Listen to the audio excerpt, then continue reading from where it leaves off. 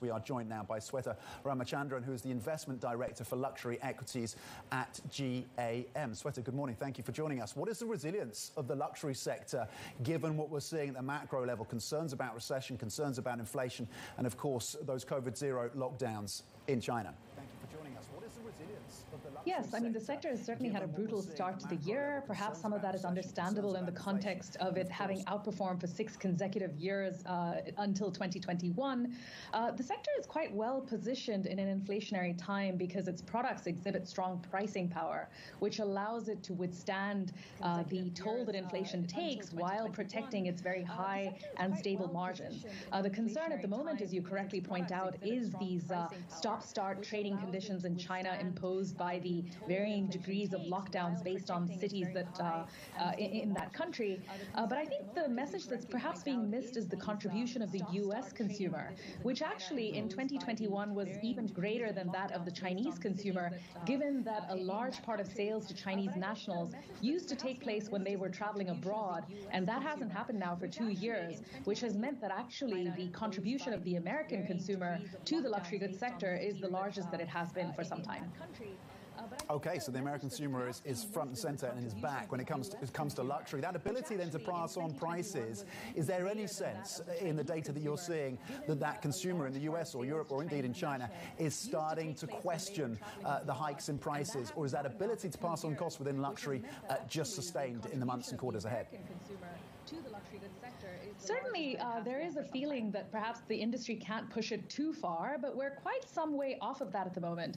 If we consider prior to the pandemic, these companies were taking price increases at a very modest clip, and it's only now that they're starting to exert their sort of latent intrinsic pricing power, if you will. This won't be uniform across for all companies. Some companies will be better positioned where their products are more in demand and they have intrinsically lower price elasticity than other brands do. And that, I think, is really going to further polarize the performance between brands in the luxury sector as we go forward. Is there a revenge spend, a built-up revenge spend within the Chinese market that could come and prove supportive as well in the quarters ahead? It's certainly possible, but where we are actually seeing revenge spend perhaps is in Europe, where in the first quarter of the year, given that we were anniversarying very tough lockdowns from 2021, we saw the European consumer surprisingly rebound with quite some fervor. In the US, I suppose revenge spending was a theme in 2021. Now this elevated growth in luxury spending seems to be more normalized rather than a revenge spending phenomenon.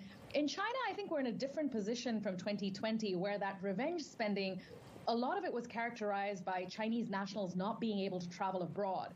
And as that has now been the norm for the last 2 years, we do expect to see revenge spending, but perhaps not to the same degree that we saw in 2020 because of all of those sales that were made up for in the mainland that were forgone overseas. What does the broader drag that we're seeing in these markets mean for valuations within luxury? Yeah, so that I think is the sticking point here, which is that the sector has derated by about 30% since the start of the year, even as actually in many cases we've seen ongoing upgrades. Some of this on the back of currency, where many these companies are predominantly European. The weaker euro relative to the dollar has meant that their earnings have actually seen an upgrade, and trading has remained very resilient outside, of course, of China, which is currently experiencing lockdowns. So in aggregate, I think the market seems reluctant to reward these companies for the structural margin improvements that we have seen. Many companies, for instance, LVMH's fashion and leather goods segment has seen margin expansion of nearly 1,000 basis points over the last 2 years. Similarly, Richemont's jewelry maisons have seen margin expansion of about 600 basis points. There's a nervousness among investors that these margin gains are temporary rather than structural. But if anything, the sector's pricing power that it's now exerting should give comfort to the fact that these are likely to last longer than the market anticipates. What have we been seeing in terms of cost cutting at these companies and the health of their balance sheets? So cost cutting was definitely the theme of the day in 2020 when there was a scramble to preserve as much cash as possible in the face of stores that were abruptly shut down. As you know, this is still very much a bricks and mortar sector where about 85% of sales are generated in stores and only 15% online. Following that, however, there's been a huge willingness among companies to reinvest to drive growth as they have seen consumer appetite recover quite sharply. That said, the sector's net leverage is actually the lowest it's been since 2015. On average, balance sheets are net cash positive, which again insulates these companies from the effect of rising rates. And that, I think, also gives them a lot of dry powder to engage in potential M&A in the next 12 to 18 months to consolidate what is actually quite a fragmented sector. Interesting. So watch for further M&A within the luxury space. Some of the structural drivers being highlighted there by Sweta Ramachandran, who is the investment director for luxury equities at GAM. Thank you for those insights. Coming up, BlackRock ditches its bullish stance on China. That's as local stocks slump. Bit of a rebound that we saw in the session today. We've got more on that next. This is Bloomberg.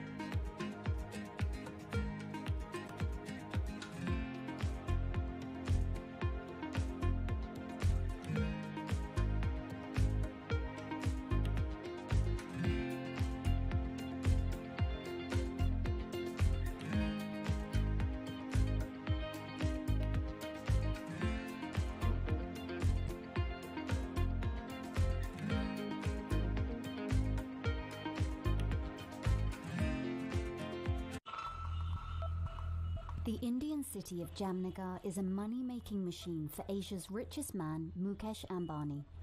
His company Reliance has the world's biggest oil refinery complex here in the city. Jamnagar is also where Ambani is making his newest bet, a $10 billion investment in green energy.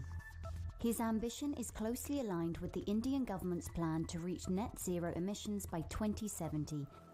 But Ambani is not alone. India's second richest man, Gautam Adani, has committed $20 billion of investment over the next decade. But India's massive dependencies on fossil fuels have some environmental advocates questioning the realism and sincerity of those green ambitions and those of its two biggest billionaires.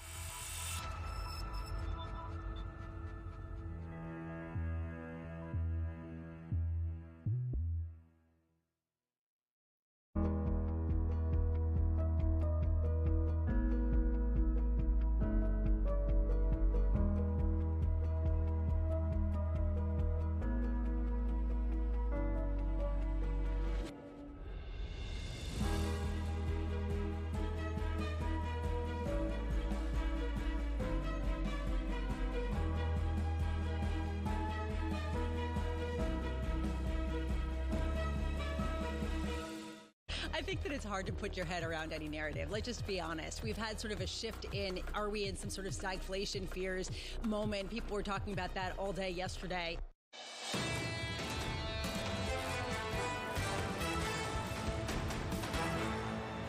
Economics, finance, politics. This is Bloomberg Surveillance Early Edition. I'm Tom McKenzie in London. Now, BlackRock has abandoned its bullish call on China. That's as COVID lockdowns jeopardize the nation's economic growth and trigger steep declines in local stock prices. For more, we're joined by Bloomberg's chief China markets correspondent, Sophia Horto-Acosta. Sophia, what more can you tell us then about the decision from BlackRock to ultimately downgrade its view on China? Good morning, Tom. A rapidly deteriorating economic situation in China, that was one of the reasons, but also Beijing's ties to Russia. That, for me, is also extremely interesting. They're saying that owning Chinese assets demands or investors are demanding a higher premium because of that risk. But, Tom, going back to the economic situation in China, the Shanghai lockdown is entering it's gone more than 50 days now.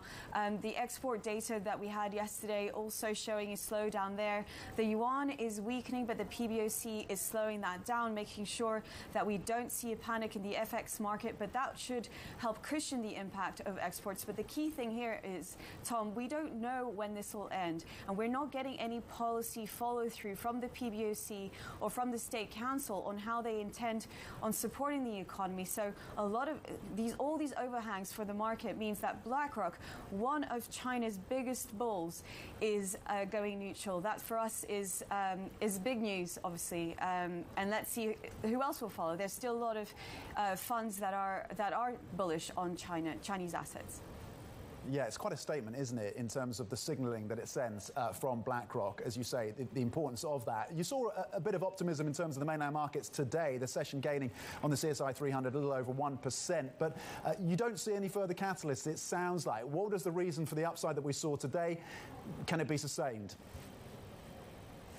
There's a little bit of a divergence between offshore and onshore markets now. Actually, we had a good note from Morgan Stanley's team this morning looking at volatility and how people are expecting onshore markets, mainland markets, to be less volatile than those in Hong Kong. Hong Kong had a big sell-off today, but we're just back from a holiday, so a little bit of a catch-up there. But also, Hong Kong is where all the tech shares are. So when you see the Hang Seng Tech Index, it opened about 7% lower today. There's a lot more downside there. Regulatory risks are still very much a concern. But onshore, a little bit of dip buying. We're hearing that also domestic funds are starting to get back into the market and encouraged to do so by the CSRC. Okay, interesting stuff. Bloomberg, Sophia Horta Acosta across all of those China markets for us. In terms of your markets here in Europe, you're seeing gains of 1%. Future stateside, the S&P E-minis in similar territory. Bloomberg Surveillance, early edition up next. This is Bloomberg.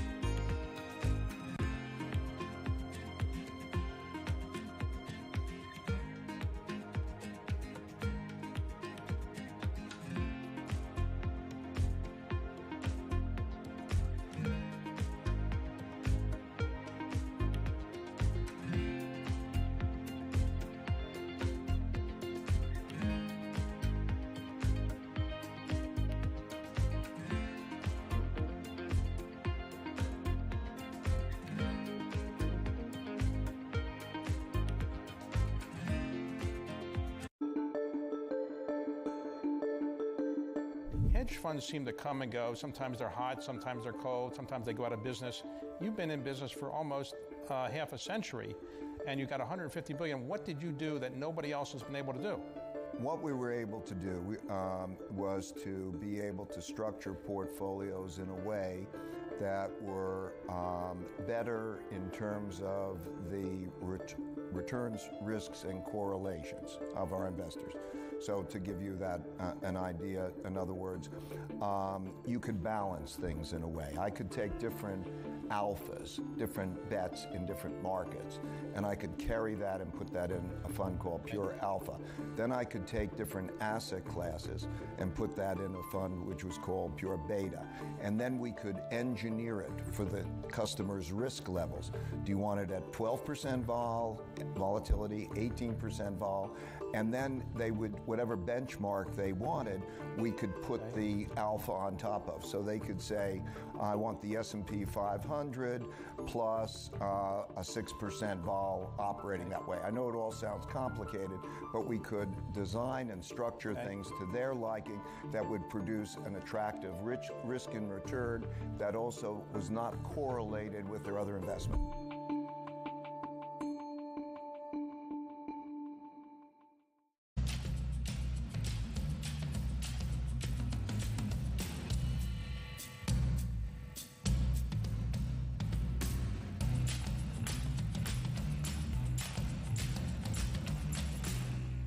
Bloomberg has enhanced search on the terminal to deliver what you need when you need it.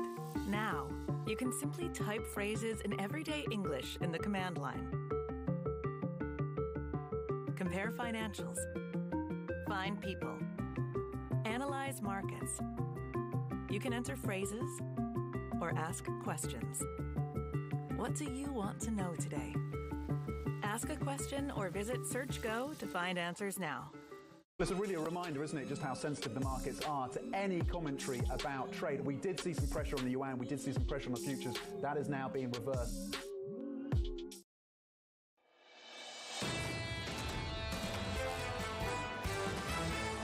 All options are on the table at every meeting. Markets are pretty much more hawkishly priced than what is being told to us even by central banks. My beef with markets is they've been maybe too aggressive for the short term and not thinking enough about what might happen next year as well. Now is the time to take a pause, reflect, don't overreact. This is Bloomberg Surveillance, Early Edition with Anna Edwards, Matt Miller, and Kaylee Lines. It's 10 a.m. in London, 5 a.m. in New York, and 5 p.m. in Hong Kong on this Tuesday, May 10th. Our top stories today. Investors are buying the dip. European stocks are higher, so are U.S. equity futures. Bitcoin rebounds after falling below $30,000. A warning from the Fed, liquidity conditions in key financial markets are getting worse due to inflation, rising interest rates, and the war in Ukraine. And Italy's Prime Minister Mario Draghi meets with President Joe Biden today with energy and Russian sanctions on the agenda. Meanwhile, Hungary and the EU trying to resolve a logjam over that proposed ban on Russian oil imports. Welcome to Bloomberg Surveillance Early Edition. I'm Anna Edwards in London with Matt Miller and Kaylee Lines over in New York. And Kaylee, buying the dip, I thought it had gone, but we're back doing that here in Europe, it seems. Well, there is still several hours to go in the European session, and U.S. markets haven't even opened yet, Anna. So we'll see if that dip buying is able to hold over the trading day. And I would note that the dip buying largely was absent in Asia overnight. You still had most regional benchmarks lower, including in South Korea, in Japan, and Hong Kong, where tech stocks really were the big drag. Probably no surprise, given the action we saw in the U.S. over the last several days. That Hang Seng Tech Index opened down as much as 7%, ended the day a little more than 3% lower. What's interesting is the bucker of the trend in Asia actually was Chinese equities, which managed to end the day in positive territory to the tune of about 1%. I would note, though, that optimism around the China story really is not fluid across asset classes, because you're still seeing some concern about growth, about the real estate sector in particular, showing up in industrial commodities, specifically iron ore, which was down another 2.5% overnight. It's now down about 13% over the last 3 days. And finally, I would note you're seeing echoes of what we saw in the short end of the Treasury market yesterday, with two-year yields coming in sharply in the U.S. That happened too in Australia, with it down about 6 basis points to just shy of 270, Matt. The question really is, if growth is slowing, how aggressive are central banks really going to be? Clearly, traders in the bond market are starting to question that a bit. Yeah, absolutely. I think traders in crypto have been questioning that for a long time. Take a look at S&P 500 futures right now, up 1.1% right now, up 43 basis points, or 43 points, I should say, to 4,031. So some real risk on sentiment, and it feels like it's just starting to brew over here. The 10-year yield right now down as investors buy up the debt, but only by 1.5 basis points. And if you look at European debt, you'll see real moves in terms of buying the paper and pushing down the yield. So that could increase. NYMEX crude right now, little changed at 103.41, but it had been steadily gaining today. We also see other commodities like gold steadily gaining today as the dollar comes off. And Bitcoin back up 2.5% after a drop below $30,000. This will be fascinating to talk about, especially with the big slip that we saw in Terra. So some of those stable coins not looking so stable after the huge rout in crypto that we've seen over the past few sessions. Anna, what do you see in Europe? Well, I was just thinking, what a great day to have a program about crypto. I know you'll be talking about that later on today, given what we've seen, as you say, Matt, in the stable coins and indeed in Bitcoin as well. This is what we have for European equity markets. Then buying the dip, as we said in the headline, at least for now, up by 1% on the French market. The ZED DAX up by 1.5%. We lost more than this in yesterday's session, though, so we're not back up to levels that we saw before yesterday's sell-off. And, of course, on the US markets, we lost substantial ground.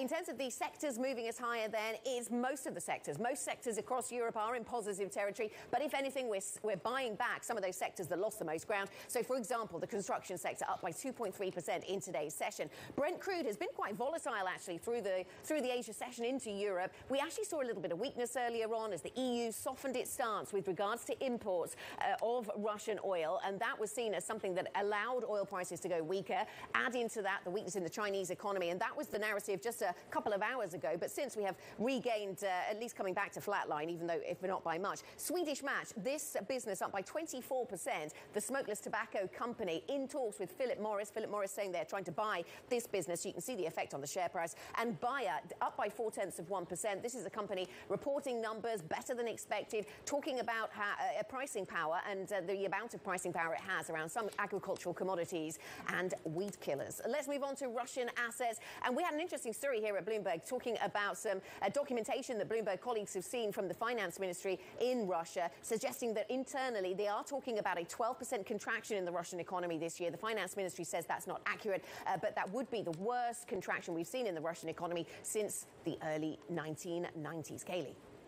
All right, Anna, well, let's take a look at what is ahead on this Tuesday. The UK government will seek to use its annual state opening of Parliament to show that it's responding to the concerns of voters. The Queen's speech will be delivered today by her son and heir, Prince Charles. Treasury Secretary Janet Yellen also will be testifying to a Senate panel at 9:45 a.m. New York time.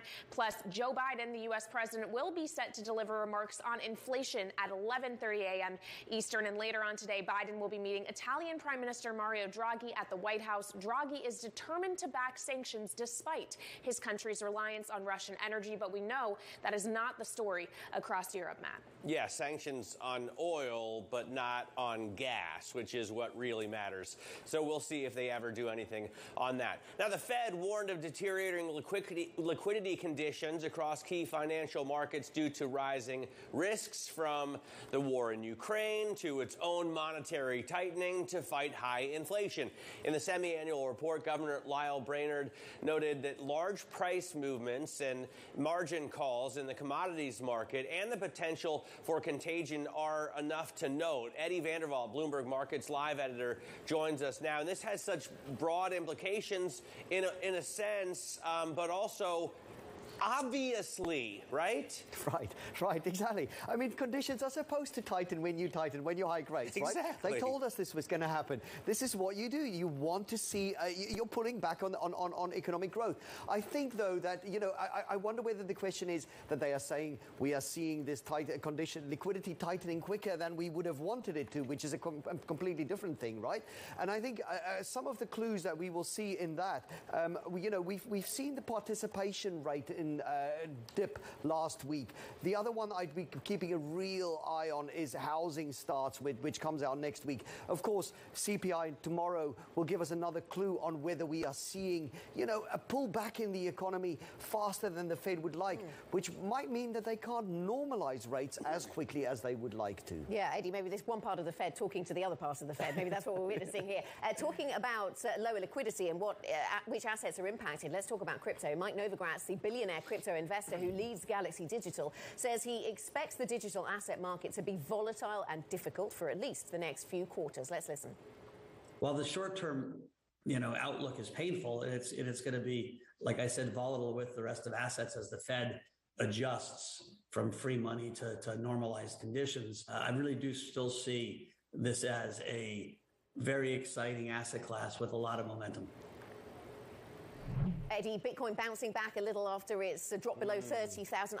I thought this was supposed to be an asset in the eyes of many that didn't move around with central bank policy. Yeah, absolutely. Look, I think we learned a lot about Bitcoin. I like that Mike there mentioned momentum, because momentum is a really key for the cryptocurrency space. And momentum right now is against it, right? We are seeing drawdowns. It remains volatile. It remains correlated much more with risky assets in the NASDAQ than it does with, say, inflation or acting as a hedge against broad risk. We're just not seeing those things. I think, though, that those in the crypto space will say this is something that will happen more and more over the long term. This is something that they hope to see. It's got to move. Can I just jump in and say it's got to move with central bank action, right? The idea is Bitcoin is fixed. There can only ever be a certain amount. So when the Fed's flooding the market with liquidity, when they're printing dollars, then obviously Bitcoin will be worth more. When they're tightening, Bitcoin should be worth less. This goes perfectly with the narrative of crypto.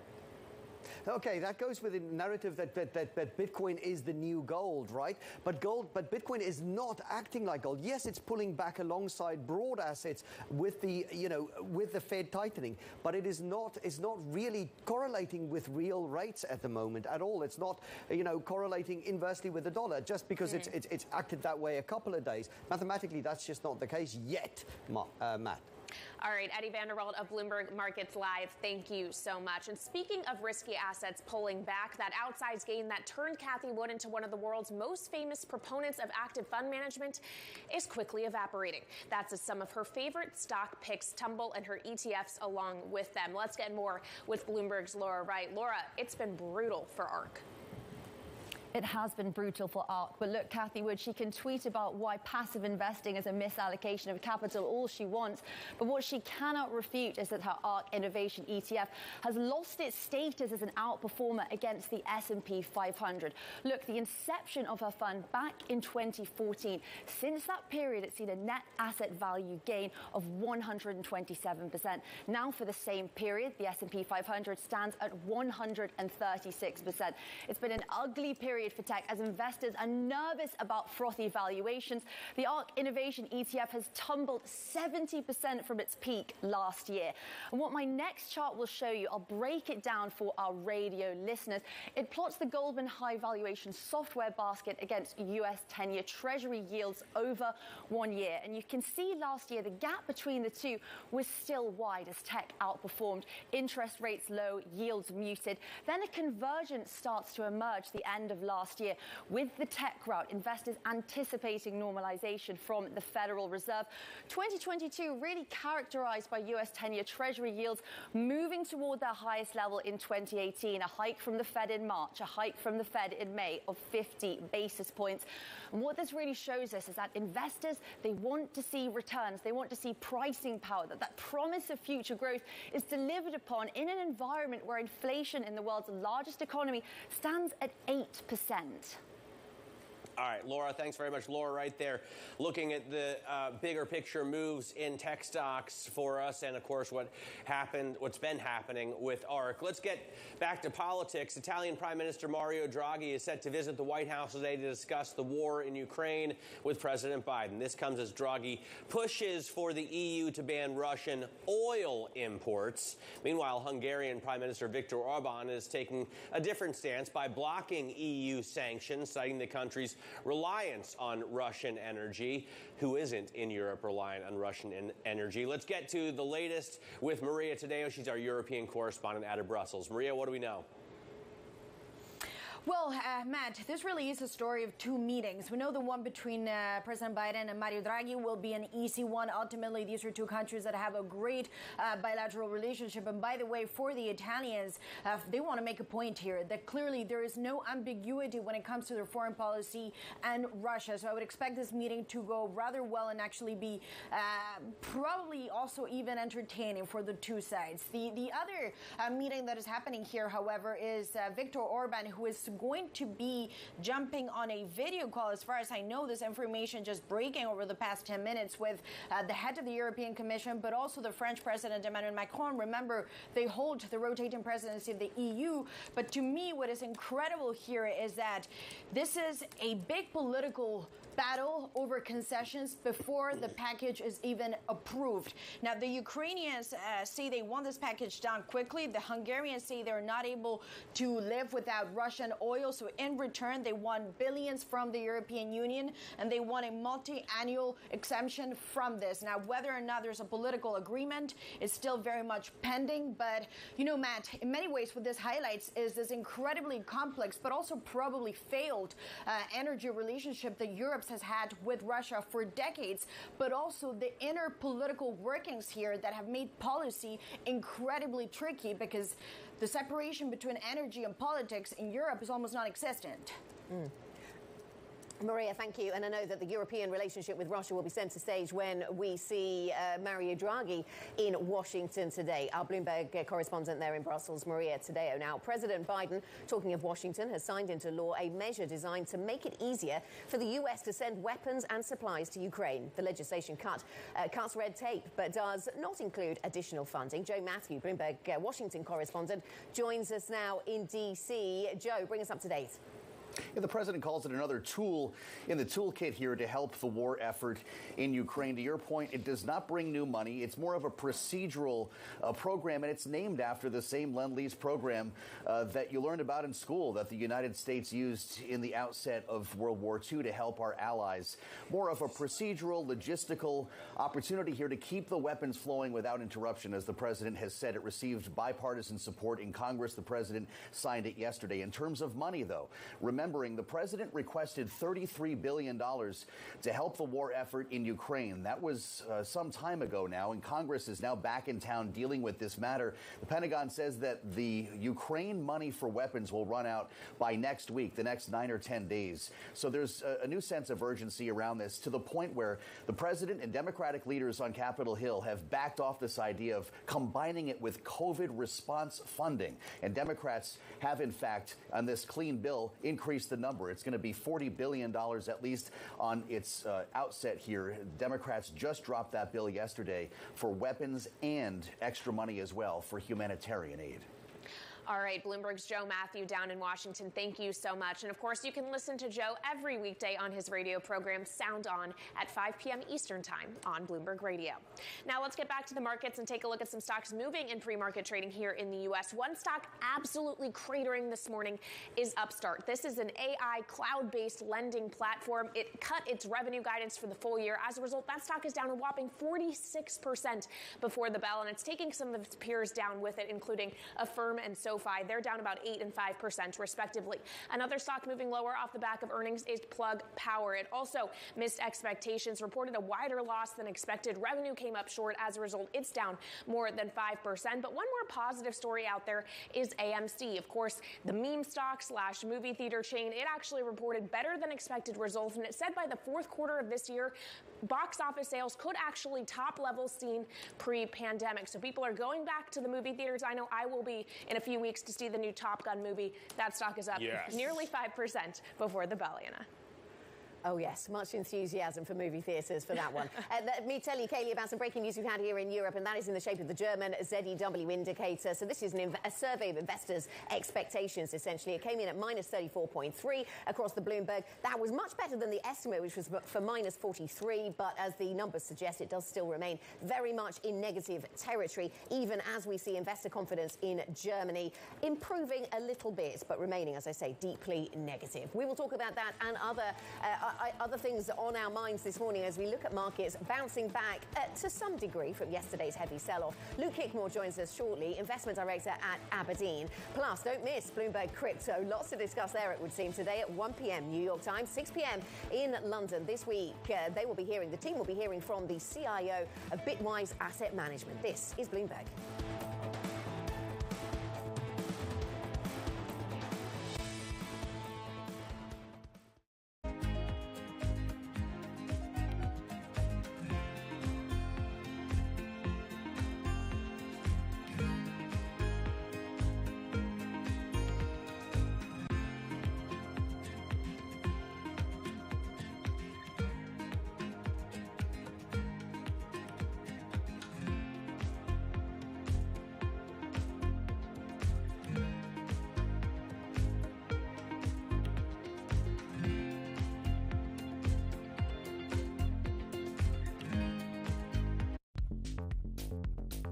When you think of cutting-edge technology at sea, you might be thinking of stuff like this.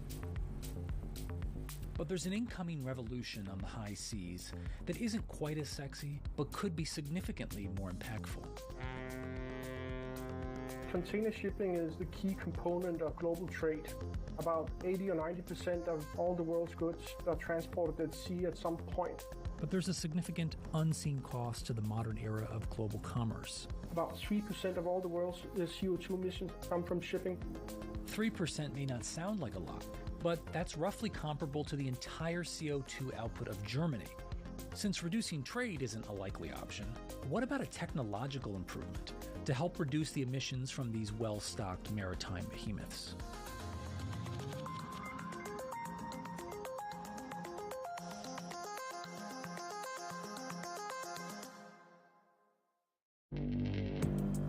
Access the financial world on demand.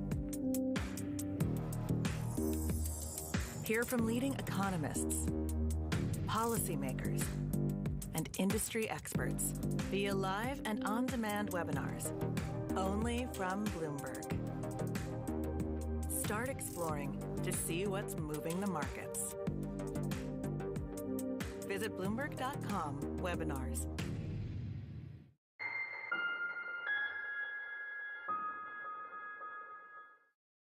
Earnings season is here. A moment of multiple crises. Bloomberg is fastest with the numbers and analysis. You do have some good news and bad news. It's a good time to own volatility. Bloomberg, the fastest numbers and analysis you trust.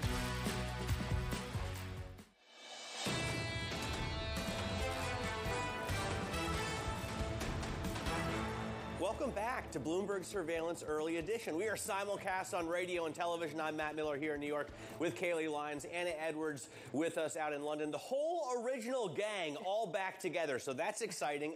And this is absolutely shocking. I'm looking at Terra right now. It's supposed to be a stable coin, but it's been anything but that. This means that this coin is supposed to always be worth just about $1, like exactly. Of course, over the past couple of days, it's been worth 99 cents, which is worrying. But then overnight, it dropped to 60 cents, which ain't nothing even close to $1. It's an absolute crash. It's total destruction in the entire idea of stable coins. Let's bring in Justina Lee right now, Bloomberg Markets reporter, to talk about what's happening in crypto, Justina.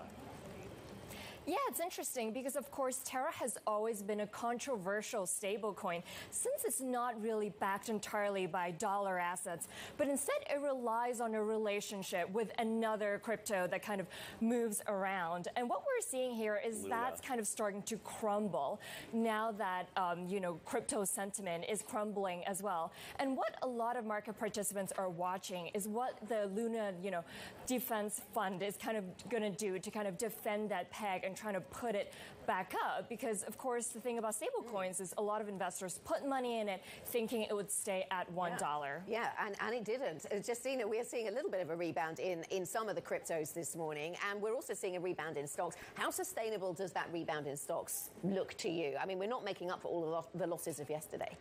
Yeah, I think for now we're seeing a bit of dip buying, but I think the question here is whether we've reached kind of what JP Morgan calls like the peak hawkishness narrative.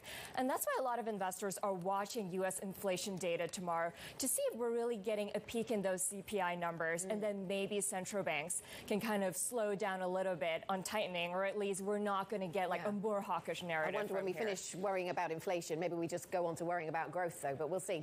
Justina, thank you very much. Bloomberg said Justina Lee with the latest on the markets. For more market analysis, check out MLIV Go on the terminal. That's the Markets Live blog, and this is Bloomberg.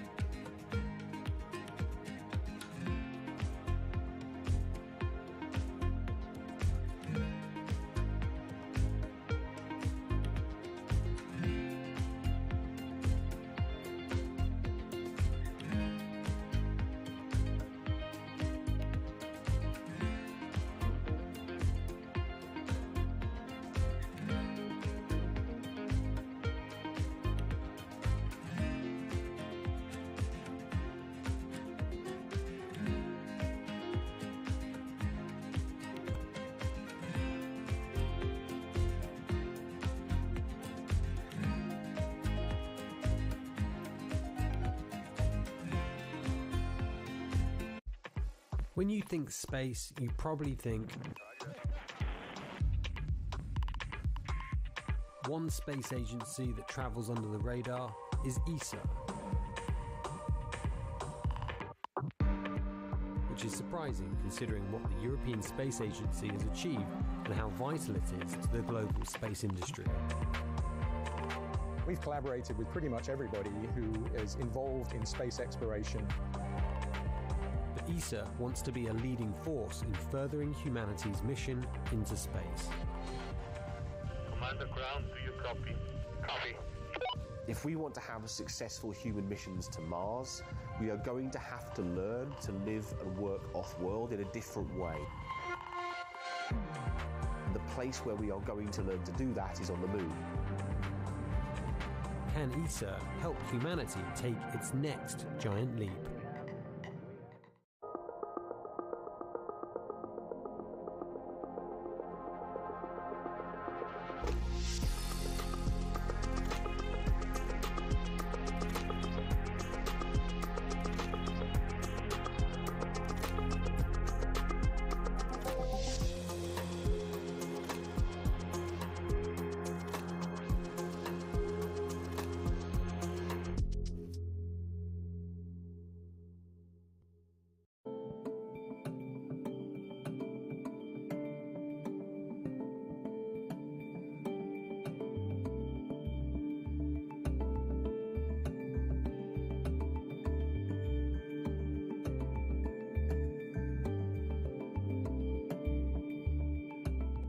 Why do the biggest names in business choose Bloomberg? That is a great question. It's a great question. It's a great question. Great question. Great question. Great question. Great question. That's going to be the best question I get all night. I'm glad you asked that. Bloomberg Television. Top experts. Great questions. However you get your news. This is Bloomberg Daybreak with Lee. On Bloomberg Radio. Welcome to Daybreak Australia. This is Bloomberg Technology. This is Bloomberg Green. On TV, radio, and the web. This is Bloomberg.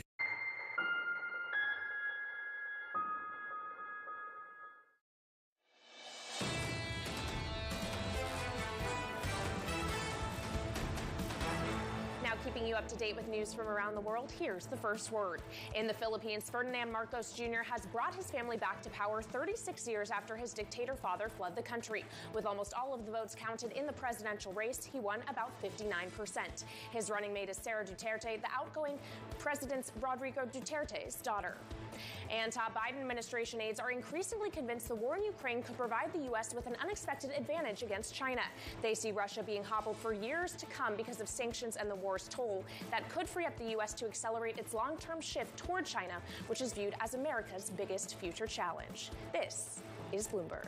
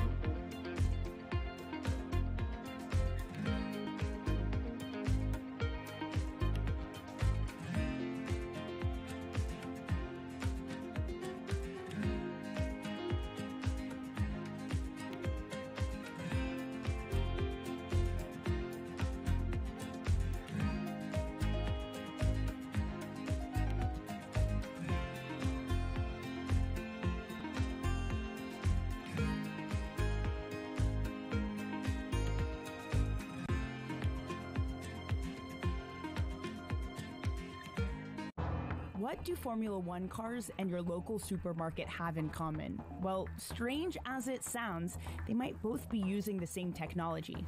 A lot of innovation has trickled down from the world of high-tech engines, and it hasn't just found a new life in road cars. F1 cars have long been thought of as the peak of cool, and technology in them is also helping to cool down our produce aisles. Engineers from Williams are using their knowledge from 9 Constructors' Championships and working with company Aerofoil to help reduce the energy consumption of supermarkets. The device they're building is based on the design of an F1 car's rear wing. It attaches to fridges to keep more cool air in the unit. They estimate it can reduce supermarket energy consumption by 25%. One innovation from F1 is also helping hybrids reduce their carbon footprint. That's KERS, or the Kinetic Energy Recovery System. In common parlance, it's known as regenerative braking and works by storing energy of the car decelerating in a battery for later use. If that's not enough, F1 is now looking at TERS, or a thermal energy recovery system, looking to harness the heat produced from braking and the engine exhaust. That could allow cars to generate the same power using 30% less fuel. So while F1 may have a reputation as a gas guzzler, some of its innovations in the name of speed are helping in the everyday fight against climate change.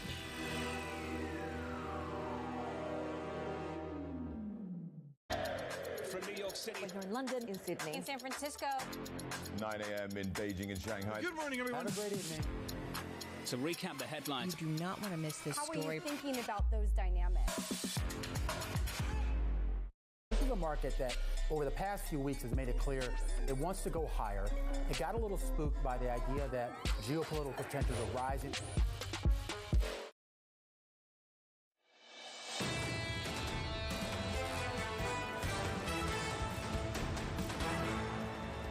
This is Bloomberg Surveillance Early Edition. Here's what you need to know. Investors are buying the dip. European stocks are higher, so are US equity futures. Bitcoin rebounds after falling below $30,000. Sentiment remains fragile, though, over concerns about inflation and economic growth. A warning from the Fed, liquidity conditions in key financial markets are getting worse due to inflation, rising interest rates, and the war in Ukraine. The Fed says liquidity in the oil futures market has been strained, and it sees, quote, notable dysfunction in other commodities markets. Italy's Prime Minister Mario Draghi meets with President Joe Biden today. Draghi is pushing for the European Union to ban Russian oil imports despite Italy's reliance on Russian energy. Meanwhile, Hungary and the EU try to resolve a logjam over that proposed ban on Russian oil imports. A lot going on this morning. I'm Anna Edwards in London with Matt Miller and Kaylee Lyons over in New York. And so much for buying the dip being over, Matt. We are at least buying the dip at the moment for European stocks. But to Kaylee's point, we'll see how long it lasts. Well, and you know what annoys me is that investors are also buying treasuries right now. And it kind of takes a little bit of the authenticity, I feel like, or the emphasis off buying the dip in stocks. Because it's not just like, oh, I want risk assets, and I'm willing to let go of the perceived safety of government debt to put my money into risk assets. That's not really what's happening. So I don't really like days like this. But futures are up right now more than 1%. The 10-year yield is down as investors buy that debt. Crude is, well, it was a little change. Now it's moving down a little bit now, 1% and change to 101.99. But it's this part that really gets to me. This here on the bottom, Bitcoin, is pretty amazing. For those of you who are listening on radio, I'm gesturing all over the place, and it doesn't really matter what I'm doing visually. But the point is, Bitcoin is back up to $31,425. Duh. After it falls down below $30,000, everyone wants to get out and buy it. So this is a little bit of a dead cat bounce that could have been forecast pretty easily. The question is, where do we go from here? Kaylee, what are you seeing in terms of pre-market movers? Well, with that small rebound we're seeing in Bitcoin, perhaps no surprise, you are also seeing a rebound in some of those crypto-related equities. Coinbase and Marathon Digital each were down more than 19% in the Monday session, so we have to keep that loss in mind when we think about the gains of this morning. But still, we are moving higher to the tune of about 3% on Coinbase ahead of its results after the bell today, and Marathon Digital's up the better part of 5%. You also have a lot of those high multiple tech stocks moving higher as well after the pain we've seen over the last 3 days. Tesla was down about 17% in that 3-day period. Today, though, it's up the better part of 3% before the bell. And of course, we've been paying attention to that ARK Innovation ETF, Cathie Wood's flagship fund. Yesterday fell to its lowest level since the beginning of April 2020. It's seen basically all of its pandemic gains absolutely eviscerated. A little bit of a rebound taking shape, though, this morning, Anna, up about 3% before the bell.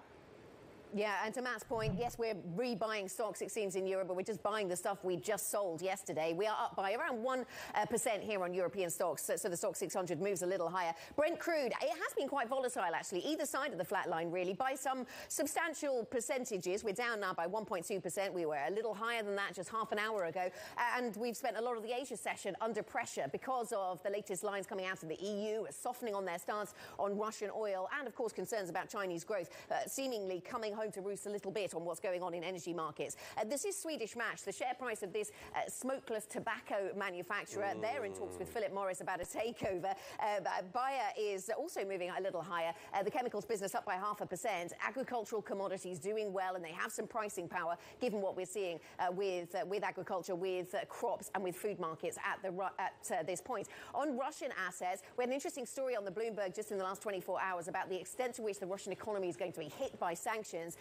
Some reporting by our colleagues suggesting that the finance ministry in Russia sees a 12% contraction for the Russian economy. That's been discussed internally in Russia, even though the finance ministry disputes that figure. But that is just a reminder as we work our way towards the inflation data out of Russia on Friday of the impact that this sanctions environment could still be having on Russian assets, Matt. All right, very interesting stuff indeed. I have something very interesting as well. Well, one thing that's fairly obvious, and then one thing that's been baffling me for like 12 hours.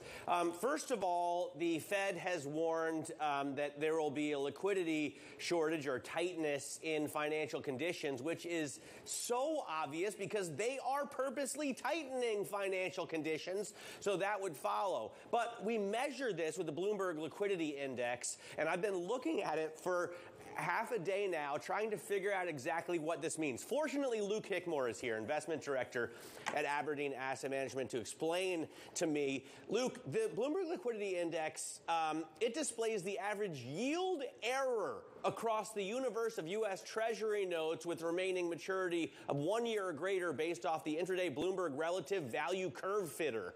What in the heck does that mean? Yeah.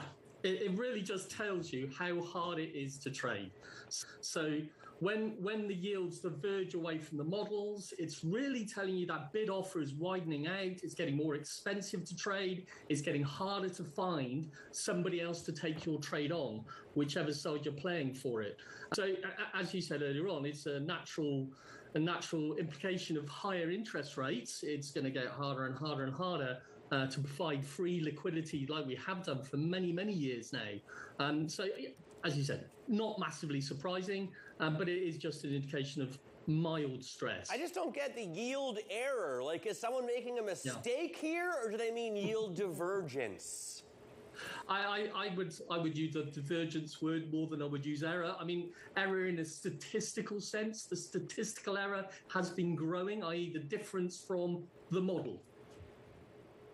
Okay, with all of that in mind then, Luke, how do you look at markets and what we're seeing at the moment? This sort of sell everything being replaced by almost buy everything today. Where do you stand? What's the overriding thesis for you? Are we at some kind of inflection point where we spent the first half of the year perhaps concerned about inflation and now we're going to be more concerned about growth? What's happening here? Yeah, I'm very much in recession watch right now, and it's consumer driven. I think that the risk here that consumers run into a recession at the end of this year is very, very high. And there's been a couple of key points, I think, recently on this. Friday's consumer credit number was extraordinary. One of the highest we've seen on a month-to-month basis since the Second World War.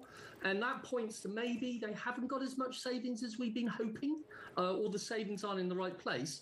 And secondly, I was talking to Morgan Stanley earlier on. Their equity desk has reported massive retail selling yesterday in equities, in quantities that they haven't seen for a long time.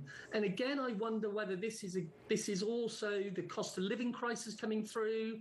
You know, they're borrowing money, they're raising money where they can, and it points to problems down the road. Now, only an issue if it's not priced in, Anna. And I think there are signs that is getting there with the pricing in, but there feels more volatility, more losses to come, I'm afraid. And today could just be one of those dead cat bounces in a market. It could be. It could be. JP Morgan's Marco Kilanovic talking about how we maybe have reached peak hawkishness. Would that chime with your view then, Luke, if you do think that we're going to be increasingly thinking about growth? Yeah, I think that's right. So if the Fed's pricing in, the market's pricing the Fed about 3.1, about 2.5 in the UK, these seem toppy if we are going to be running into growth problems later in the year next year. And it also feels like inflation might roll over. I realise that's a graveyard of predictions inflation for the last 2 years, but it may roll over soon too, in which case it could get some stability. But you know, we also haven't seen that blow off the top, really, have we? We haven't seen that, you know, capitulation move. Some of it yesterday, maybe. Buying back today, though, kind of takes some of that away. Okay, Luke, so what would you be looking for as a signal of a meaningful bottom then? So I'd like to see that stability of rates. I'd like to see less volatility in rates and maybe 10-year yields a little bit higher than they are. So 3% in the US possibly doesn't reflect enough risk, so maybe 3.5, and in the UK maybe 2.5%. That would feel to me a pretty decent entry level. And from a valuation perspective, my market credit is probably only 20-30 basis points away from being cheap. And again, if we saw that just blow off the top there, the cream, just last bit of cream gone, I think that would be a buying opportunity for me. And you know, it may be sensible to be dollar cost averaging into that as we go through the next few days and weeks. Finally, Luke, on the dollar, when do we reach peak strength? It's got to be soon. So the massive rise in DXY doesn't feel like it can survive any reassessment of where the peak in interest rates is going to be. It's too high right now. It needs to come down for the rest of the world to move along as well. That kind of dollar domination that we've seen over the last 6 months needs to blow off as well for markets to recover. So I think we will get there. As said, it's all tied up with expectations around interest rate, when inflation drops, when the employment situation eases in the US. But I think all of that is coming. I'm hoping for pound parity. You've got some purchasing plans, perhaps. Exactly. Luke, thanks very much. Not discussing my travel arrangements. And Luke, thanks for joining us. Luke Hickmore, Investment Director at Aberdeen. Coming up, Draghi meets Biden. We will speak with an Associate Research Fellow from the Institute for International Political Studies in Milan next. This is Bloomberg.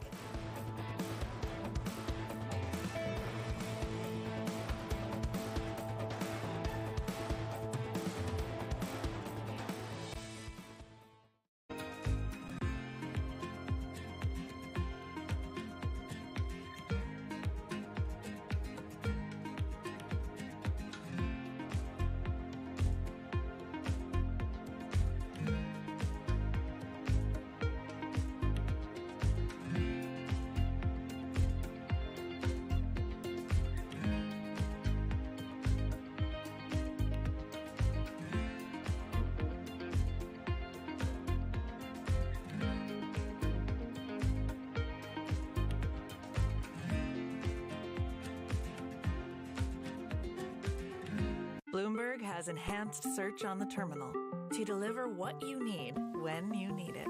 Now, you can simply type phrases in everyday English in the command line. Compare financials. Find people. Analyze markets. You can enter phrases or ask questions. What do you want to know today? Ask a question or visit SearchGo to find answers now.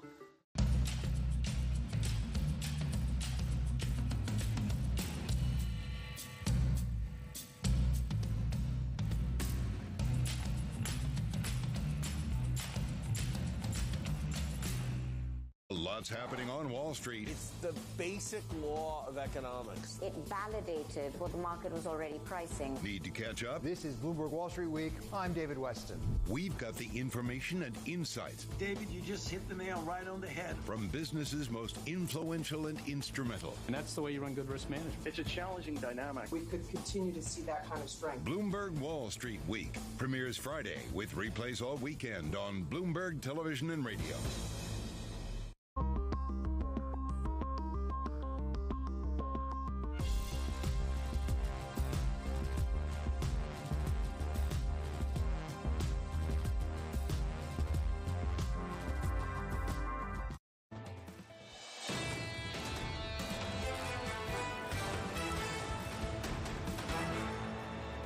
This is Bloomberg Surveillance Early Edition. I'm Anna Edwards in London with Matt Miller and Kaylee Lyons in New York. Now, the Italian Prime Minister Mario Draghi is set to visit the White House later today to discuss the war in Ukraine.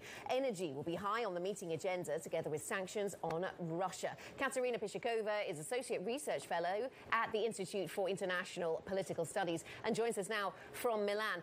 Good to see you, Katerina. What are you watching for from this visit by the Italian leader to the White House?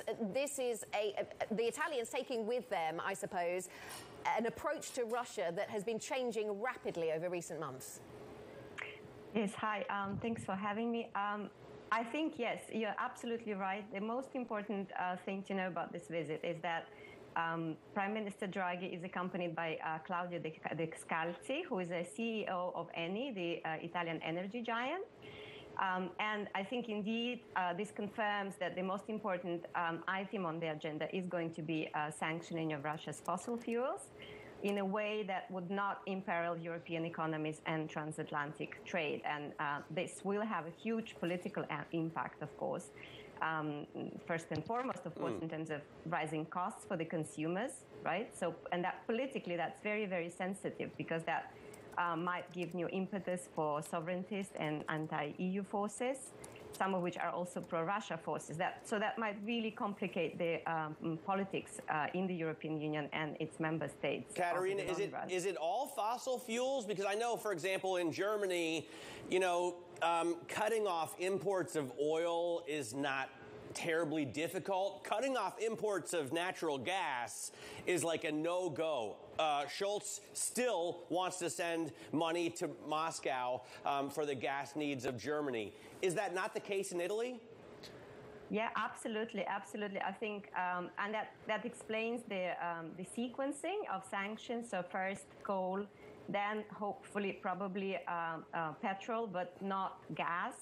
But gas will have to, will have to be done eventually. And I think that this is where the discussion of longer-term strategy comes in, and this is where today's visit comes in. So there has to be a longer-term strategy in terms of transitioning from Russian gas. But why wait, Katerina? I mean, as we watch Russia, flatten Mariupol, killing the last remaining defenders in the steel factory there, and you think all of this is funded with money being sent by Rome and Berlin to Moscow, why wait? I mean, why say let's do it, next year after they've destroyed an entire half of Ukraine instead of doing it now and maybe stopping them sooner? Sure, absolutely. I mean, this is a terrible dilemma, I think, and there is no simple solution. There's no quick solution because it's not just a matter of not feeling enough empathy with the Ukrainians, right? I mean, it's also about imperiling European economies to the point that they might suffer really huge damage if Russian gas were to be cut off drastically, tomorrow. Well, so there has Katerina, to be a phase-out phase in some way. Something has to be worked out in a sort of to ease that pain. Well, and obviously it would cause economic pain for Europe, no doubt about it. How much economic pain would it cause for Russia, and would it be enough to actually change anything about the war in Ukraine? I think this is really, gas trade is really the most important weapon in this economic war, and it is a weapon that works both ways. So Europe is indeed very, very dependent on Russian gas, but also Russia, as you've rightly mentioned, is immensely dependent on selling that gas. And that is why Russia has tried to sort of rise the stakes by cutting off gas supplies to Bulgaria and Poland, the two countries that are actually the least dependent on Russian gas. So it tried to signal we might cut off gas, but it's really doubtful Russia would actually ever risk cutting off its gas to retaliate against European economies because that would hurt Russia itself. Katerina, it's interesting to see how the thinking of Mario Draghi has evolved and changed really abruptly when it comes to the relationship between Italy and Russia. How deep does that go elsewhere in Italy, though? How much has the public conversation really moved on from a stance that was quite pro-Russian relative to other European countries for decades? I think it was quite amazing to see how much the Italians showed the solidarity with the Ukrainians and were really shocked into changing their view of Russia over the past couple of months. But we are also in a phase where a certain degree of fatigue is settling in. So I think not only Italian, but the European public in general is getting a bit tired of this war. The protracted nature of this war is actually now the most problematic element of this war, because the longer it drags on, the more difficult it's going to be to muster the kind of unified response, to keep the public on board, to really keep sort of the unified political project together. So I think this is where, again, a solid strategy that has a clear short-term but also longer-term plan is going to help.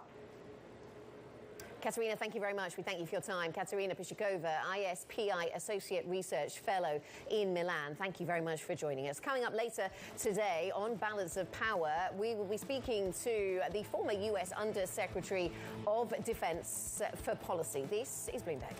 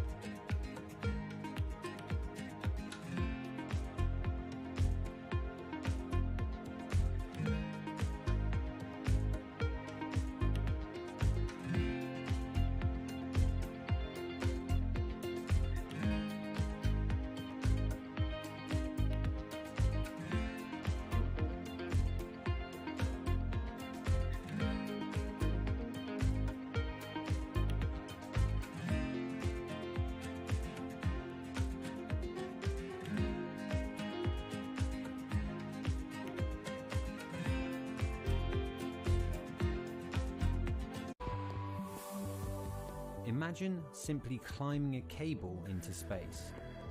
The concept is known as the space elevator.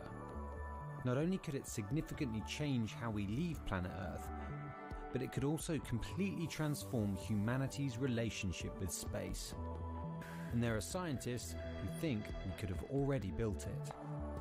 We have the material, we have the technology, we have the lasers, we have the climbers, we have all of it. If a private entity wants to build it, or a government, they can build it. It'll change society. We have no clue how colonizing into space, how really spreading out into space will really change our society over the next 50 to 200 years. It'll be completely different.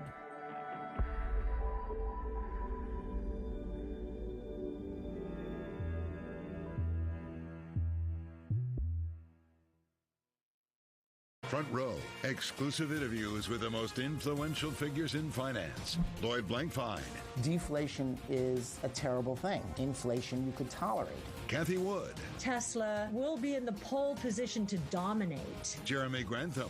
We've had a very, very abnormal honeymoon Goldilocks period. First available on the Bloomberg Terminal, then on Bloomberg Television and Bloomberg.com.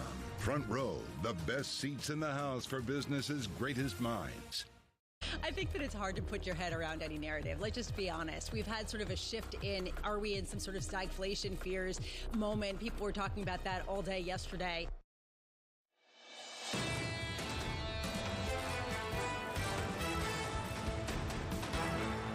This is Bloomberg Surveillance Early Edition. I'm Kaylee Lyons with Matt Miller in New York and Anna Edwards in London. And also joining us now, Tom Keene, co-anchor of Bloomberg Surveillance, who has protein on the brain with his single best chart today. Tom? Protein on the brain. I cooked beef bourguignon this weekend, Kaylee, and a number of the members of the family survived. Let's look at the beef price. Let's look at the chicken price. This is just one of the elements of inflation. We're all getting used to that from a lifetime ago. Normalized to the beginning of the pandemic. dynamic. And yeah, chicken's up 14%. Beef is up 24% in price. There's some margin argument. And of course, the Biden administration looking at the meat packers like they look at big oil. All right, so inflation continues to be a problem. I think we saw gas here in New York hit an all-time high. And yesterday we were talking about diesel. It looks unstoppable, but we're getting the actual numbers out. Consumer Price Index tomorrow. You know, those surveys are going to be very important. But Matt, what I would suggest is the price of oil filters through to everything. It filters through the chicken cycle, which is of course a much shorter growth cycle than beef, but it really filters through with a vengeance to beef. You can see it through live cattle and some of the global beef prices, but hydrocarbon filters through to everything that's out there, including Bloomberg surveillance. Yes, and diesel, I think especially. Yes. I think it's underappreciated. Well, yeah, Matt, you know this from Germany. The diesel is a huge deal in transportation in Europe. Tom, thanks very much. Tom Keane, co-anchor of Bloomberg Surveillance. And that program, of course, starts right after this one. They will be bringing you coverage of something that's taking place over here in the UK. Queen Elizabeth will miss the state opening of the UK's Parliament today for only the third time in her 70-year reign due to what the palace calls episodic mobility problems. Her speech laying out the government's agenda for the next parliamentary session will be delivered in her place by her son, Prince Charles. Joining us now is Bloomberg's UK economy reporter, Lizzie Burden. Lizzie, what are we expecting here? And just for the international audience, you know, this is usually delivered by the Queen, today by Prince Charles, but it's not written by the monarch, it's written by the government, essentially. Exactly, and this is the government's chance to lay out its legislative agenda. The government will be hoping that the Queen's absence doesn't overshadow the content. Key bills today for markets. The Brexit Freedoms Bill will seek to ease the transition away from EU regulations that have hung over since the pre-Brexit period. The Financial Services Bill doing exactly that, but for that industry. The Energy Bill, increasing the UK's energy efficiency in light of the war in Ukraine. Relatedly, the Illicit Finances Bill, cutting down on money laundering and increasing powers to seize crypto assets.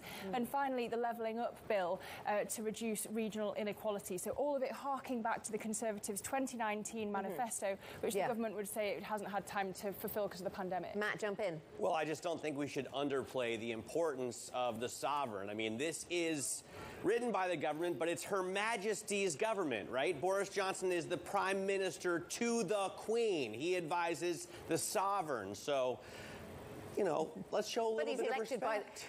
But he's elected by the rest of us.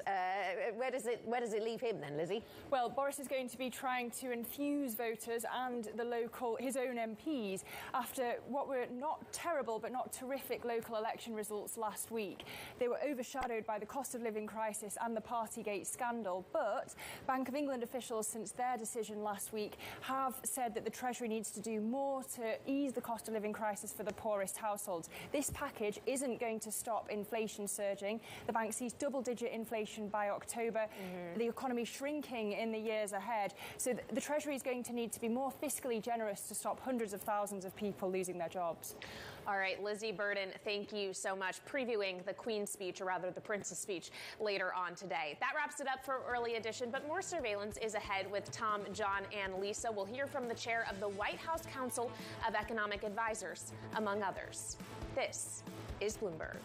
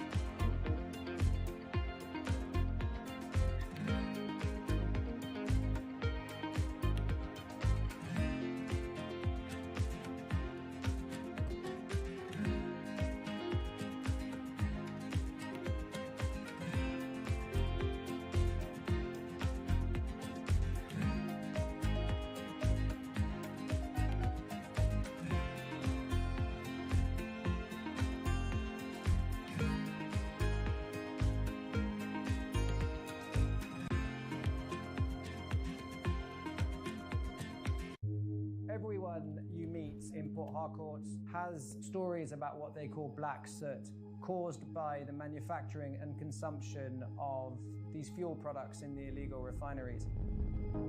Oil theft, known as bunkering, and the refining of its spoils is worsening the damage from decades of fossil fuel exploitation, creating one of the world's most severe ecological disasters. Our sacred forests, our homes have to give way to oil wells, and no one gets much benefit. Imagine a resident of Port Harcourt who inhales this soot every second in 24 hours, 7 days a week, 30 days in the month, and for years now. We are dying slowly but surely, and our lifespan is reducing every day.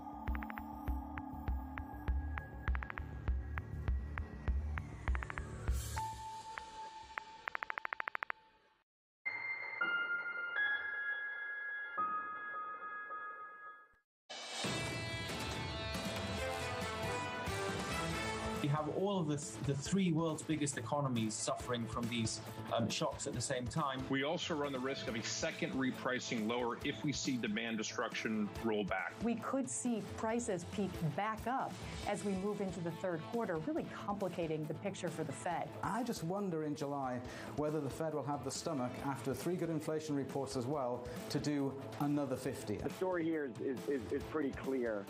The Fed's been way behind the curve. This is Bloomberg Surveillance with Tom Keene, Jonathan Ferro, and Lisa Abramowitz. Here's the bounce. Will it stick? From New York City for our audience worldwide. Good morning, good morning. This is Bloomberg Surveillance live on TV and radio alongside Tom Keene and Lisa Abramowitz. I'm Jonathan Ferro. Futures up 0.8% TK after the pain of yesterday. Well, the pain of yesterday and the pain, frankly, of 2022. You know, as we mentioned there, Eric Friedman at the top. John, you're looking for the hope and prayer of gloom destruction. Maybe we have it this morning with a modest lift, a better tape. HSBC not buying it, Tom. Their view, firmly risk off. They think the growth scare is coming, not in 2023. It's coming in the next 3 to 6 months. I got a bunch of notes yesterday, John, tearing the strategists and people apart. You know, it's Keynes. When the facts change, I change. And that's what's going on right now. People are recalibrating, readjusting. I would suggest the first step, John, is to wait for the catharsis. And a lot of people saying we really haven't seen the agony yet. You know what? I've been surprised, Tom, by how few on the South side have actually adjusted. Lisa, Marko Kolanovic over at JP Morgan putting out the note right on cue.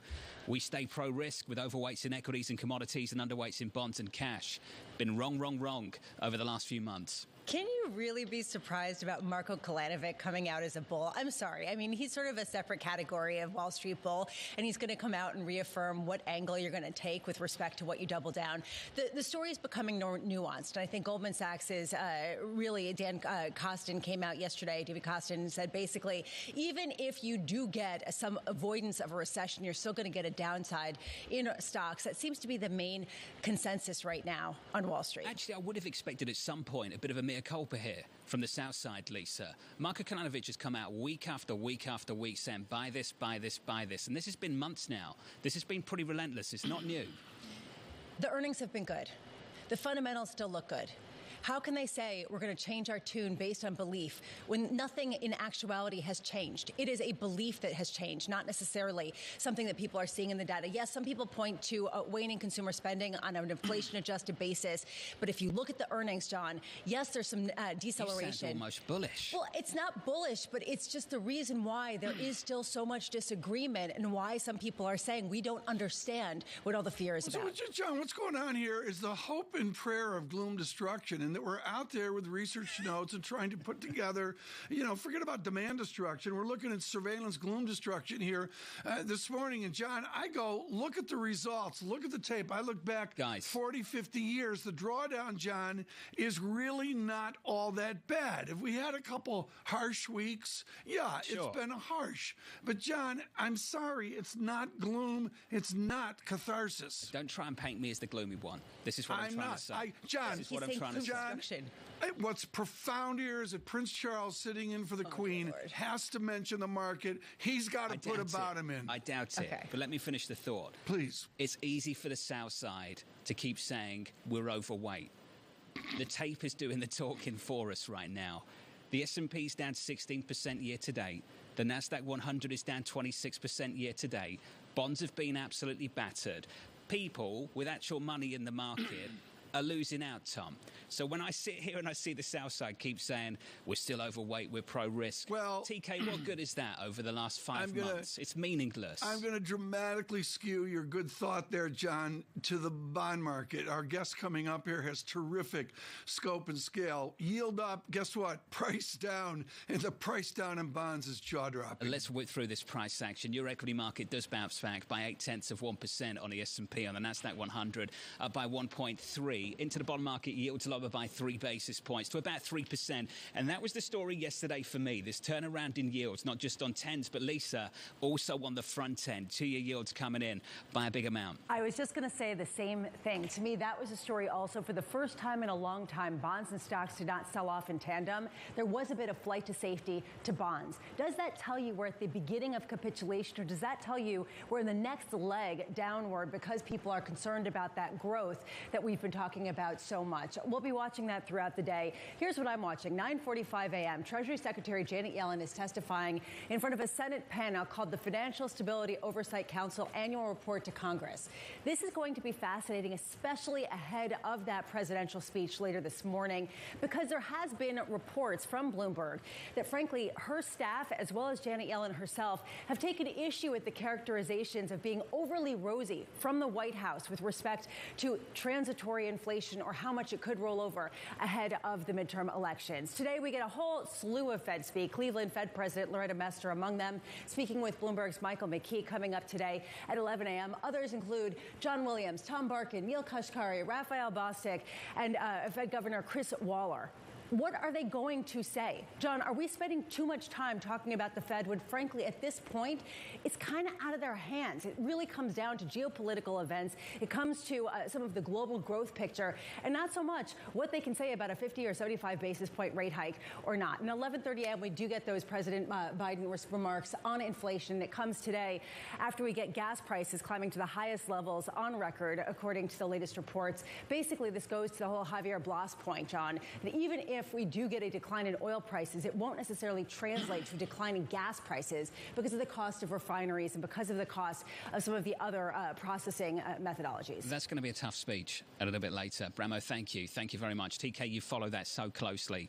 The price of the pumps, it's getting harder, not easier. As we just mentioned with Matt Miller, John, diesel. This is not something most of our listeners and viewers look at, but the diesel leap is factors worse than gasoline. That's a huge deal worldwide, John, and particularly in Europe. Linda Dussel joins us right now, the senior equity strategist at Federated Hermes. Linda, your line, take a breath. The news on earnings and the economy is good. Markets don't care. Can you build on that for us? Yeah, no, the markets don't care because they're just all focused on this one thing. The Fed is going to raise interest rates. Inflation is going to run away.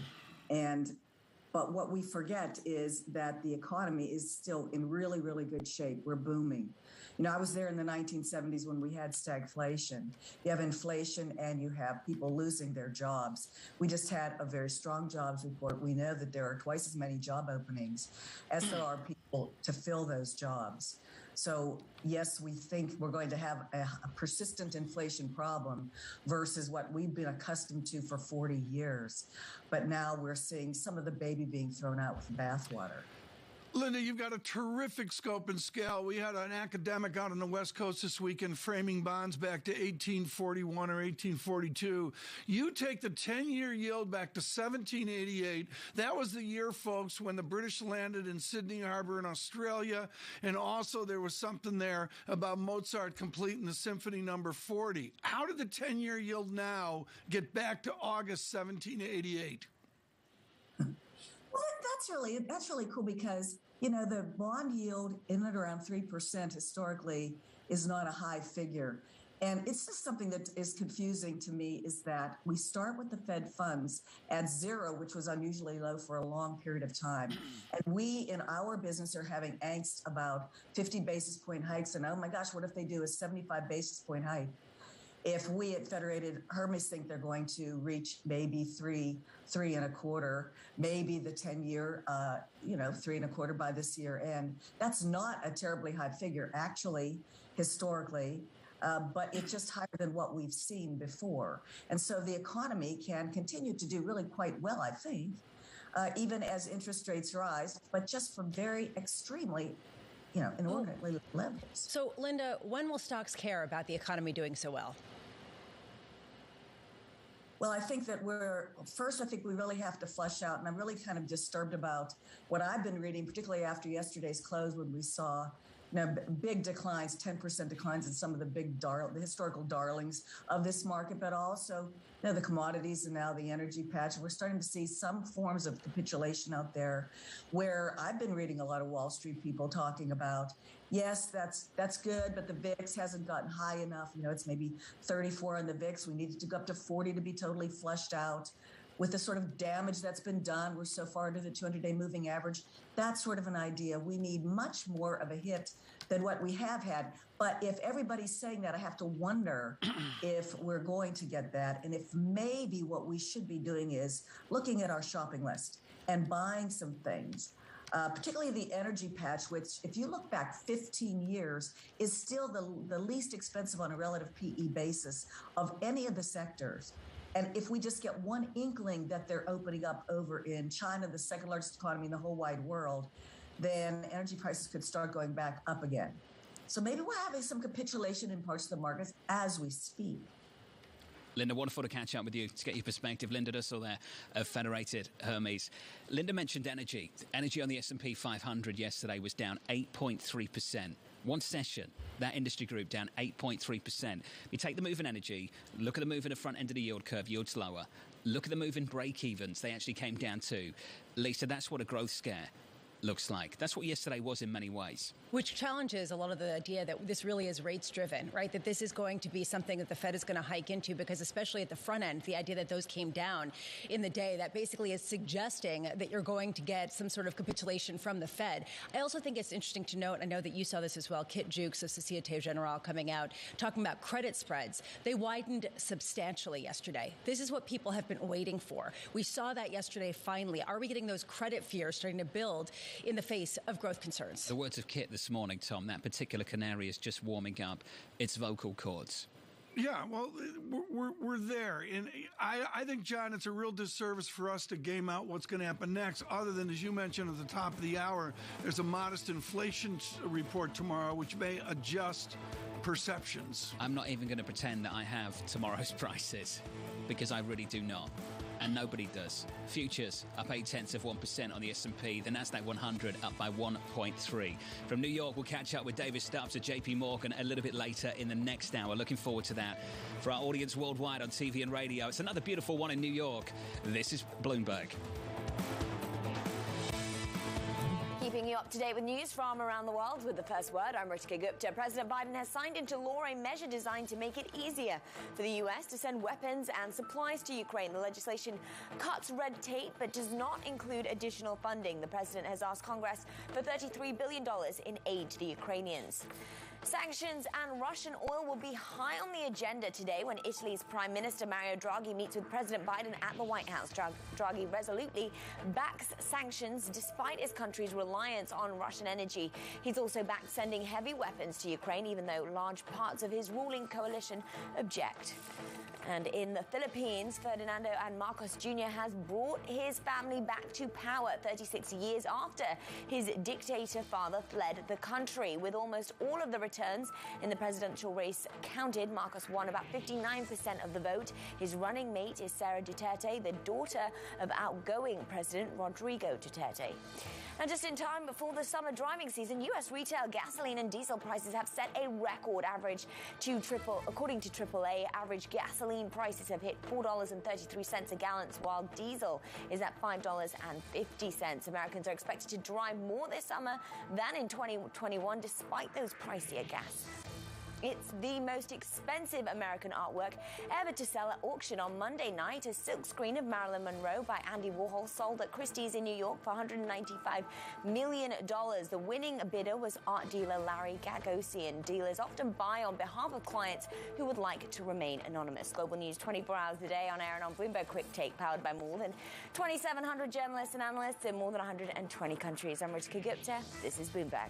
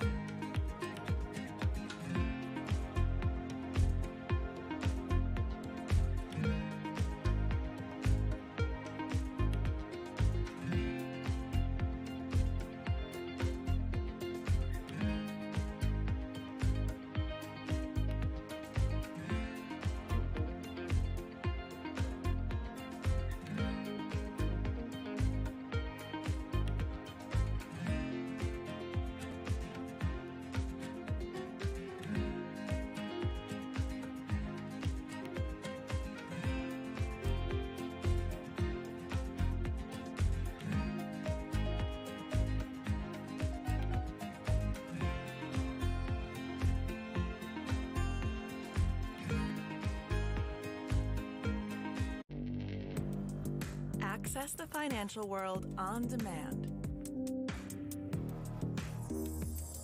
Hear from leading economists, policymakers, and industry experts via live and on-demand webinars, only from Bloomberg.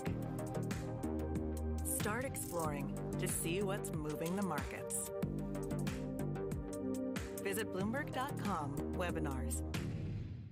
Today's CFOs are reshaping the C-suite, positioning companies to meet the next generation of challenges, breaking out of traditional roles. One of the most important things is looking around the corner. Look for Chief Future Officer on Bloomberg. Bloomberg has enhanced search on the terminal to deliver what you need when you need it. Now, you can simply type phrases in everyday English in the command line. Compare financials. Find people. Analyze markets. You can enter phrases or ask questions. What do you want to know today? Ask a question or visit Search Go to find answers now.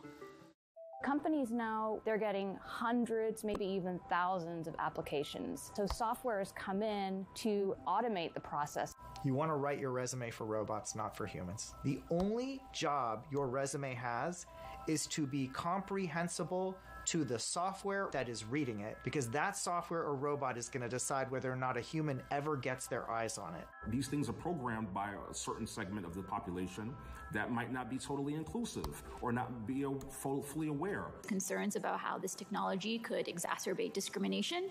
For the FTC, I think foremost, the FTC needs to be making sure that we're fully understanding this technology.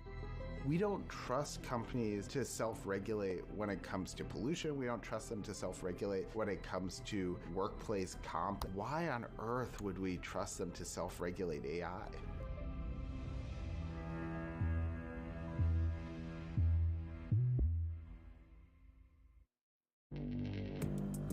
Access the financial world on demand.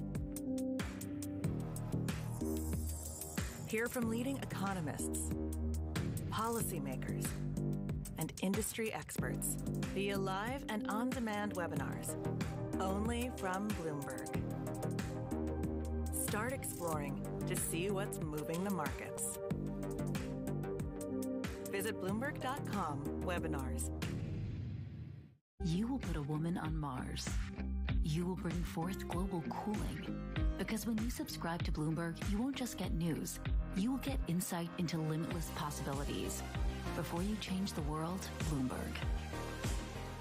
Season is here. A moment of multiple crises. Bloomberg is fastest with the numbers and analysis. You do have some good news and bad news. It's a good time to own volatility. Bloomberg, the fastest numbers and analysis you trust.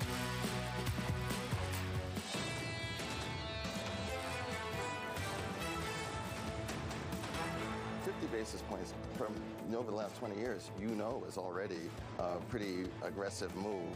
I don't think we need to be moving even more aggressively. I think we can stay at this pace and this cadence and really see how the markets evolve. Great to see Mike McKee catch up with Raphael Bostic, the Atlanta Fed president. From New York City, equity futures bouncing back a little bit, up 0.8% on the S&P. On the Nasdaq 100, we advance as well by 1.3. Yields a little bit lower again by 3 basis points. Intraday yesterday through 320. And now looking to break 3 to the downside. This gets a little bit more interesting as the days roll on. Looking forward, Lisa went through this a little bit earlier. I think it's worth going through again. Williams of the New York Fed speaking at 7:40 Eastern. We'll hear from Barkin, Waller, Mester, Bostic again, Kashkari. TK, there's a lot lined up. Who blinks first? That's what I'm looking for. Who blinks first? This is not a small idea. Federal Reserve? This is not a small idea to discuss this morning, John. There's an assumption this cuts both ways. They let it run into some real damage, or as you say, how do they message this? I don't have a good answer for that, but I think if the radar's up. I'm not looking for a Kashkari-like person to do that. Sure. I think it's got to come from the chairman, or maybe even from Secretary Yellen with her experience. Overwhelmingly, Tom, the consensus is they don't blink. The Fed put is retired, that it's 50 basis points at the next meeting, consider 50 basis points after that. But financial conditions right now are doing a lot of heavy lifting, and I know a lot of people push back against this, but we've seen it before. The test of the Fed, I think it's building already. We will see. The test of the Fed is front and center. And again, with those inflation reports tomorrow, we're on top of that for you this week with all the research of global Wall Street. Right now, on top of it in Washington with his show, Sound On, Joe Matthew joins. Thrilled to get him up here in the early morning. Joe, you know what I do. I do my research, and I go to the font of what matters nationally. And that is the great benchmark of the 16-ounce strip steak at Burns Steakhouse in Tampa, Florida, checking in at a new $59. You wonder when that goes to $65 or $69 itself. The president's going to address a 16-ounce strip steak at Burns, except it's not funny. For most of America, they've been priced out of beef. Well, that's true. So you better not overcook that thing. But this speech that we're anticipating from the president today, this whole conversation, this is getting to be very difficult. Reminds me of the scene from Rocky III when they asked Clubber Lang his prediction for the fight. Clubber Lang, a.k.a. Mr. T, answered with only one word: pain. And that is where we are in the world here. The president knows this. His job is to say that he feels your pain. And today, he's going to speak not unlike he did last week. We got a bit of a preview here as the president starts to bear down on inflation. Right. And this is not new. We've been talking about it for 9 months or so. But it's not just cataloging, Tom, what this administration has done, albeit it hasn't made a huge amount of difference. But playing the contrast, playing it against what he calls the ultra MAGA agenda that has been proposed by Republican Senator Rick Scott. He's not even the leader of the Senate, but this is who the White House has decided to choose as a foil, and he will be up there today, and this is going to be the refrain for the next 6 months, playing these two alternatives together. You know, Joe, you're too young to remember this. You were down at Happy Hour at Brothers 4, Casino by the Sea. I can't remember which one you were at. Some of us actually lived whip inflation now. Are we going to get a silly program from this administration? I'm not so sure. I think this is going to be a contrast play and also a call on Congress to start passing programs that you and I have been talking about for the better part of a year. He's going to say, look, prescription drug prices, extended child tax credit, right? A lot of the stuff that was in the Build Back Better plan, he's going to say, I'm waiting for Congress to pass these items to help lower prices. But of course, Republicans will tell you that it's those very programs that will actually amplify inflation. And so this logjam with 6 months to voting is not likely to break anytime soon. Democrats are playing with the idea of a reconciliation bill again, but boy, things are a lot different than they were at the beginning of last summer. Joe, there was a story on the Bloomberg this morning that caught my attention about inflation being so bad that Democrats want to see the president do more ahead of the midterms. And in it, it talked about Janet Yellen, the Treasury Secretary, and her staff actually distancing themselves from the White House and what they view as an overly optimistic view of how much inflation will come down and how quickly. What do you make of that, the dissent within the White House? I'm not sure. I've talked with two members of the president's Council of Economic Advisors over the last week. As soon as you get to the second question, I know you're going to talk with Cecilia Rouse this morning, things get to be pretty real. You know, whether you're talking with Heather Boucher or Jared Bernstein, they know what's going on here. And granted, it's part of their job to project a better day that's coming. But I do think there's a sense of reality at the White House. It's just difficult as they attempt to not talk down the economy. It's difficult to really get a sense of where we're going here. They are still convinced that COVID demand, the shift from services to goods, combined with supply chain problems, are the primary drivers of inflation. And they like to defer the rest to the Federal Reserve. If you're Janet Yellen, I guess you pick your own spot here. Well, Joe, there's also the issue of gas prices and the fact that this administration has come under a lot of fire for not supporting the fossil fuels industry more and just doing an about-face dramatically and saying, look, this is a national security crisis. Is there any shift within the White House on that front? Or are they going to try to message it as all being just part of this equation as we transfer to a greener sort of a fossil fuel-free future? That's a great question. We're going to hear more about renewables today when the president speaks. This was also part of Build Back Better, right? That we start transitioning away from fossil fuels. The administration, though, has run into a lot of issues after not making a lot of friends in the oil patch and encouraging them to drill more as sort of a patriotic move. There have been more questions about whether they should have financial incentives to do so, actually, having been, felt like they've been demonized by this administration. Tom made the comparison, and I think it's appropriate, to protein as well. As the White House takes a look at this, starts talking about the cost of beef, the cost of protein, chicken, and other food here as a side effect of consolidation, pointing out the big four, that this is the heavy hand of the big four meat packers and producers here, as opposed to taking another route here, maybe finding new ways to unlock independent processing and relate with people on what is a painful experience at the grocery store. Joe Matthew, wonderful to catch up with you, buddy. As always, looking forward to the program later. Sound on Bloomberg Radio, weekdays at 5 p.m. Eastern Time. The Ultra MAGA plan, Tom, the pushback from the president coming at 11:30 Eastern. Trial balloon? It sounds to me like a trial balloon. Feels as we heat up, way. Get out the calendar. It's May, John.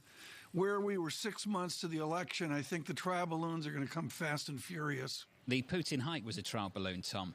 Do you think that's resonated at all? No, I with thought a lot of people. I don't think that's worked either. No, I don't think it's worked either. I should point out Greg Valliere with a very emotional note this morning on a very fragile Mr. Putin yesterday in Moscow. I thought Valliere was just especially sharp this morning. We've got some price action to work through. Yesterday was brutal. Once again, today a bit of a bounce back, up 0.9% on the S&P. On the Nasdaq 100, up by 1.44%. Some really interesting moves in the bond market in the last 24 hours, and we'll break them down next. Yields lower by a couple of basis points to about 3% on a 10-year.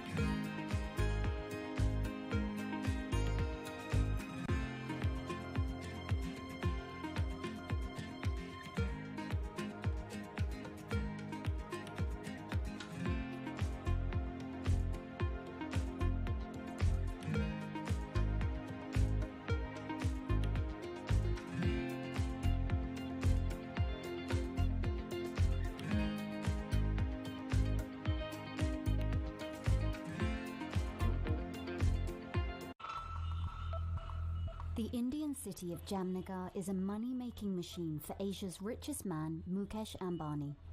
His company Reliance has the world's biggest oil refinery complex here in the city. Jamnagar is also where Ambani is making his newest bet, a $10 billion investment in green energy. His ambition is closely aligned with the Indian government's plan to reach net zero emissions by 2070. But Ambani is not alone.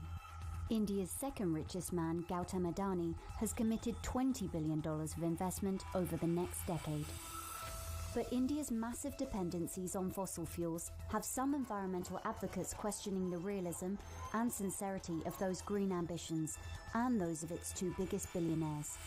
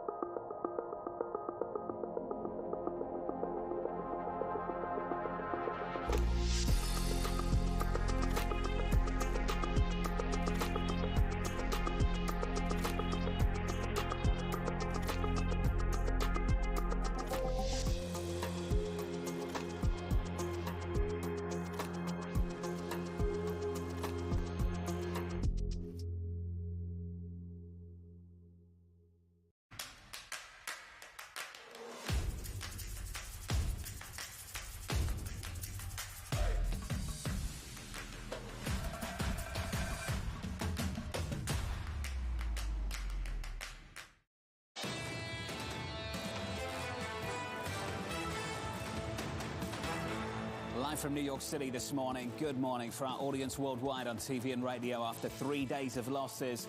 We've got a bit of a bounce here. Will it stick? Up 0.9% on the S&P, on the Nasdaq 100 up by 1.4.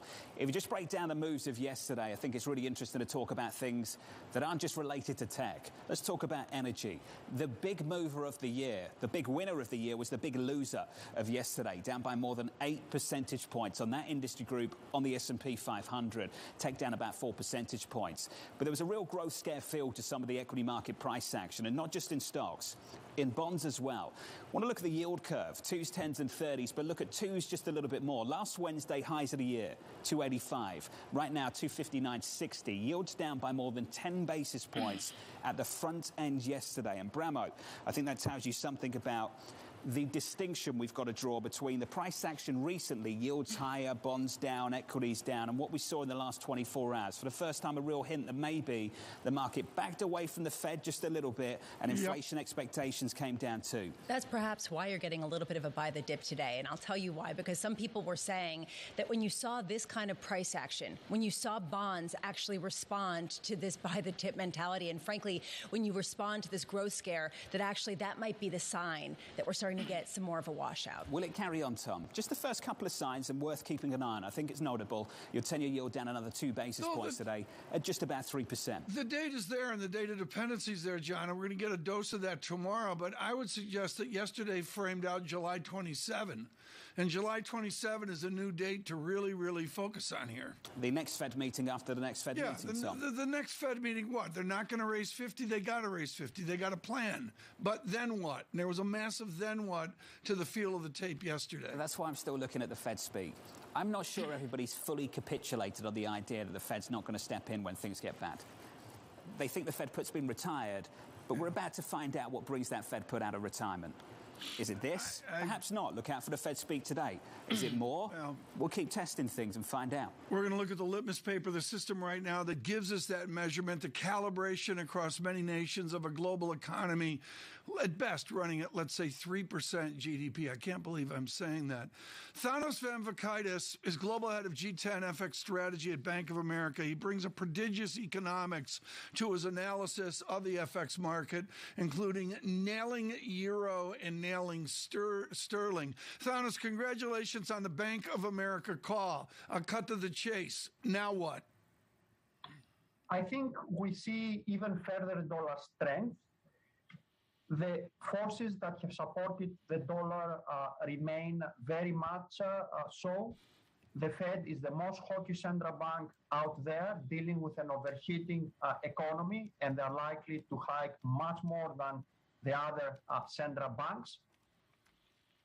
Wage pressures in the US, labor market imbalances are unique. We don't see the same in Europe.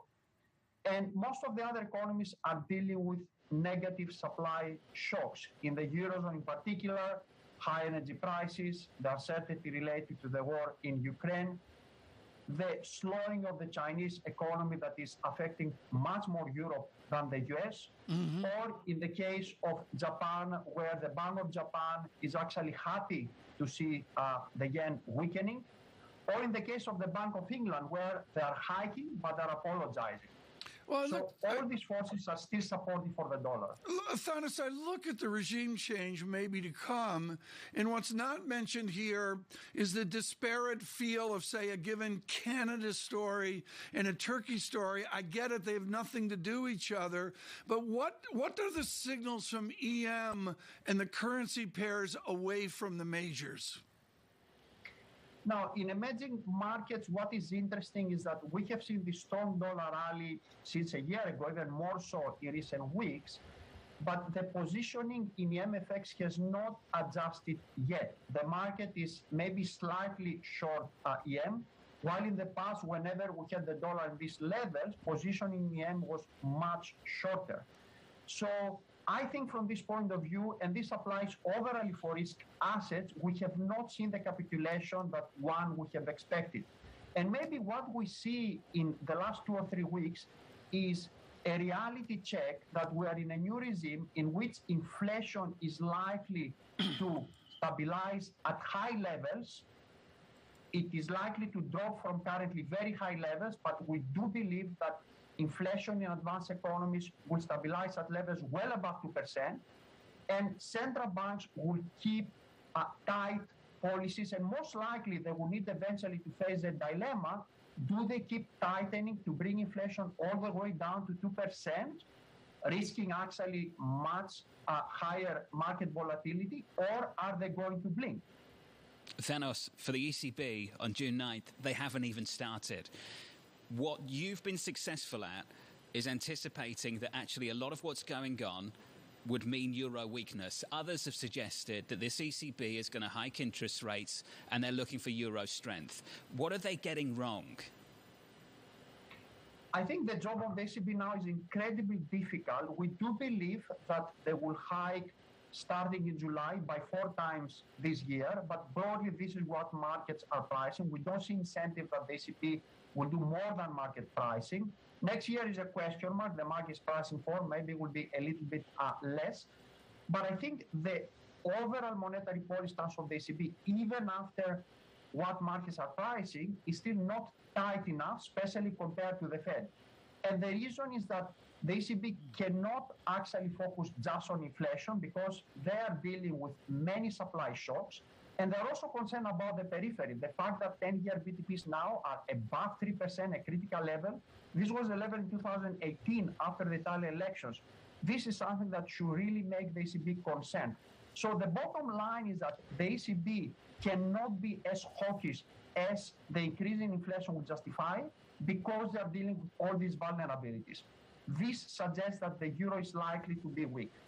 Thanos, it's wonderful that we were talking about bond yields heading into this conversation, because there's been a strain of thought that one reason why yields in the U.S. have gone up at the speed that they have is because it has been so difficult for European and probably more Japanese buyers to really hedge out some of this uncertainty in the FX market.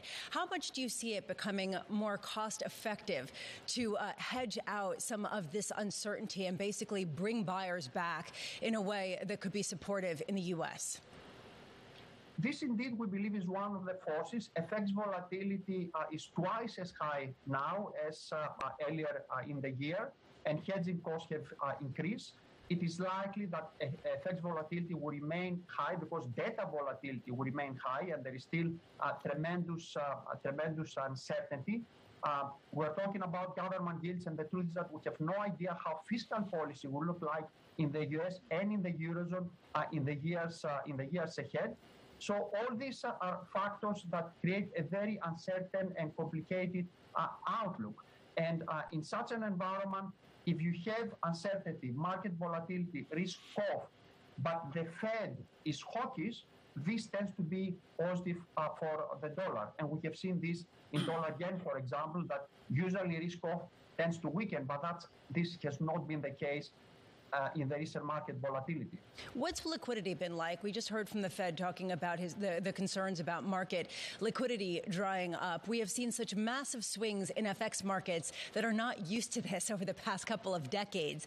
How much is it easy to find a deep market in the deepest markets of the world? Actually, we have looked at this issue, and there is no problem with FX liquidity. Volatility has increased, but from very low levels. I think the Fed is trying to find an excuse to blink without blinking. They are concerned about recent market volatility, so they're trying to say that although they will focus on inflation, they will try to address any liquidity problems, but we don't see yet liquidity problems, at least in the FX market. So I don't think this is so relevant at this point. And the truth is that it is way too early for the Fed to blink. They've just started. They have to focus on inflation, and for now, to ignore the fact that the market is waking to the fact that there is a new regime out there without the central bank policy pull. Thanos, just before you run, just quickly go through your price targets. Cable 123, that's where we are now. Euro dollar 105, dollar yen in and around 130. Can you go through those three? What are you looking for?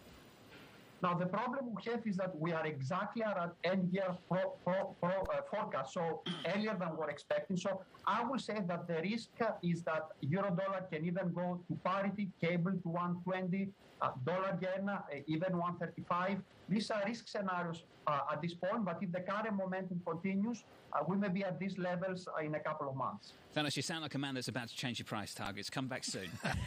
Thanos Mambakitis there of Bank of America Securities. Didn't you, TK? Brutal. Didn't you get that feel? Yeah. I mean, it's been right the whole way in the FX market, but here we are. To explain to our audience, they have rigid rules from their legal department. They cannot tell us what's coming. They can't get ahead with the media of what they publish in print to their clients.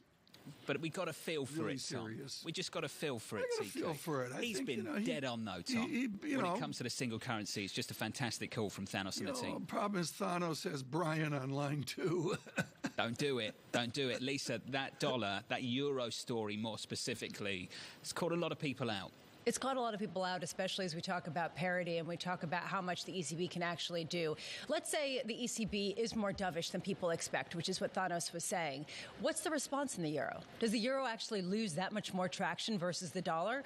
Or, John, is that actually potentially supportive because it might give a greater runway to the euro region economy, given the fact that they're hiking into a supply chain-driven inflationary shock that is different than if it's really generated from demand? The problem at the moment is that it's lose. If you back off, it's for all the wrong reasons, right? And if you lean in, a lot of people start to think about bad outcomes. I do think right now the drivers of inflation are going to be important in terms of where the blinking happens for both the Fed and for the ECB. Thanos said just then, this Fed's not blinking anytime soon. That seems That's their to be, view. yeah. 1% on the S&P, on the NASDAQ, up by 1.45 from New York City. This is Bloomberg Surveillance. Keeping you up to date with news from around the world with the first word, I'm Ritika Gupta. President Biden said Vladimir Putin believed he could break up NATO and the European Union with the war in Ukraine. He told a fundraising event that now he worries that Putin doesn't have a way out of the war. The president called the Russian leader, quote, a very calculating man. Meanwhile, President Biden will highlight his efforts to stem inflation in a speech today. It comes at a time when soaring prices threaten Democrats' slim chances of holding on to Congress after the midterm elections. The president will draw a contrast with a Republican proposal to raise taxes and let popular programs like Social Security and Medicare expire. China is tightening pandemic restrictions in Shanghai and expanding a mass testing sweep over in Beijing. More people are being shipped off to government-run isolation centers under a new definition of what it means to be a close contact. The country reported a little more than 3,400 new infections Monday. That is the lowest daily total since March 16th. And Bitcoin has rebounded after falling below that $30,000 threshold for the first time since last summer. As its lowest, the world's largest digital coin was down some 55% from its November high. Billionaire cryptocurrency investor Michael Novogratz warns that he expects things to get worse before they get better. And global banks are now pulling away from the orangutan market they helped create for blank check companies. Bloomberg's learned that Goldman Sachs is ending its involvement with most of the special purpose acquisition companies it took public. Meanwhile, Bank of America scaled back work with some SPACs. The SPAC craze has faltered in part due to the new guidelines from federal regulators. Global news 24 hours a day on air and on Bloomberg Quick Take, powered by more than 2,700 journalists and analysts in more than 120 countries. I'm Ritika Gupta. This is Bloomberg.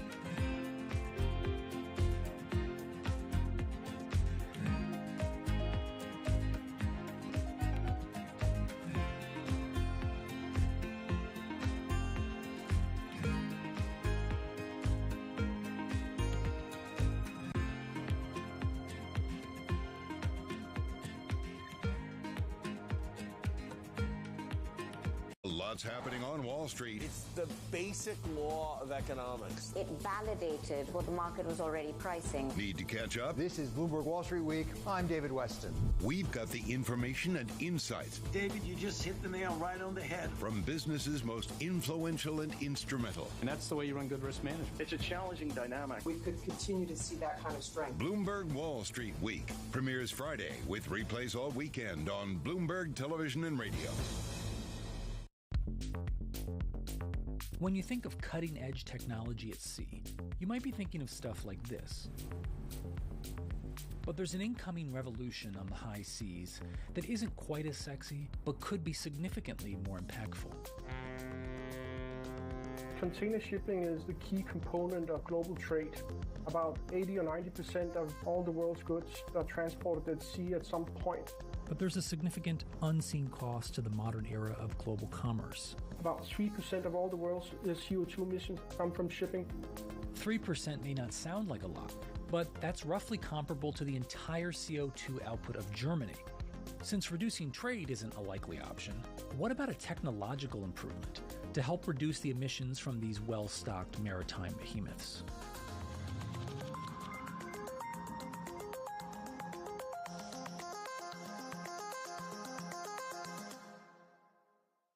Front Row, exclusive interviews with the most influential figures in finance. Lloyd Blankfein. Deflation is a terrible thing. Inflation you could tolerate. Kathy Wood. Tesla will be in the pole position to dominate. Jeremy Grantham. We've had a very, very abnormal honeymoon Goldilocks period. First available on the Bloomberg Terminal, then on Bloomberg Television and Bloomberg.com. Front Row, the best seats in the house for business's greatest minds.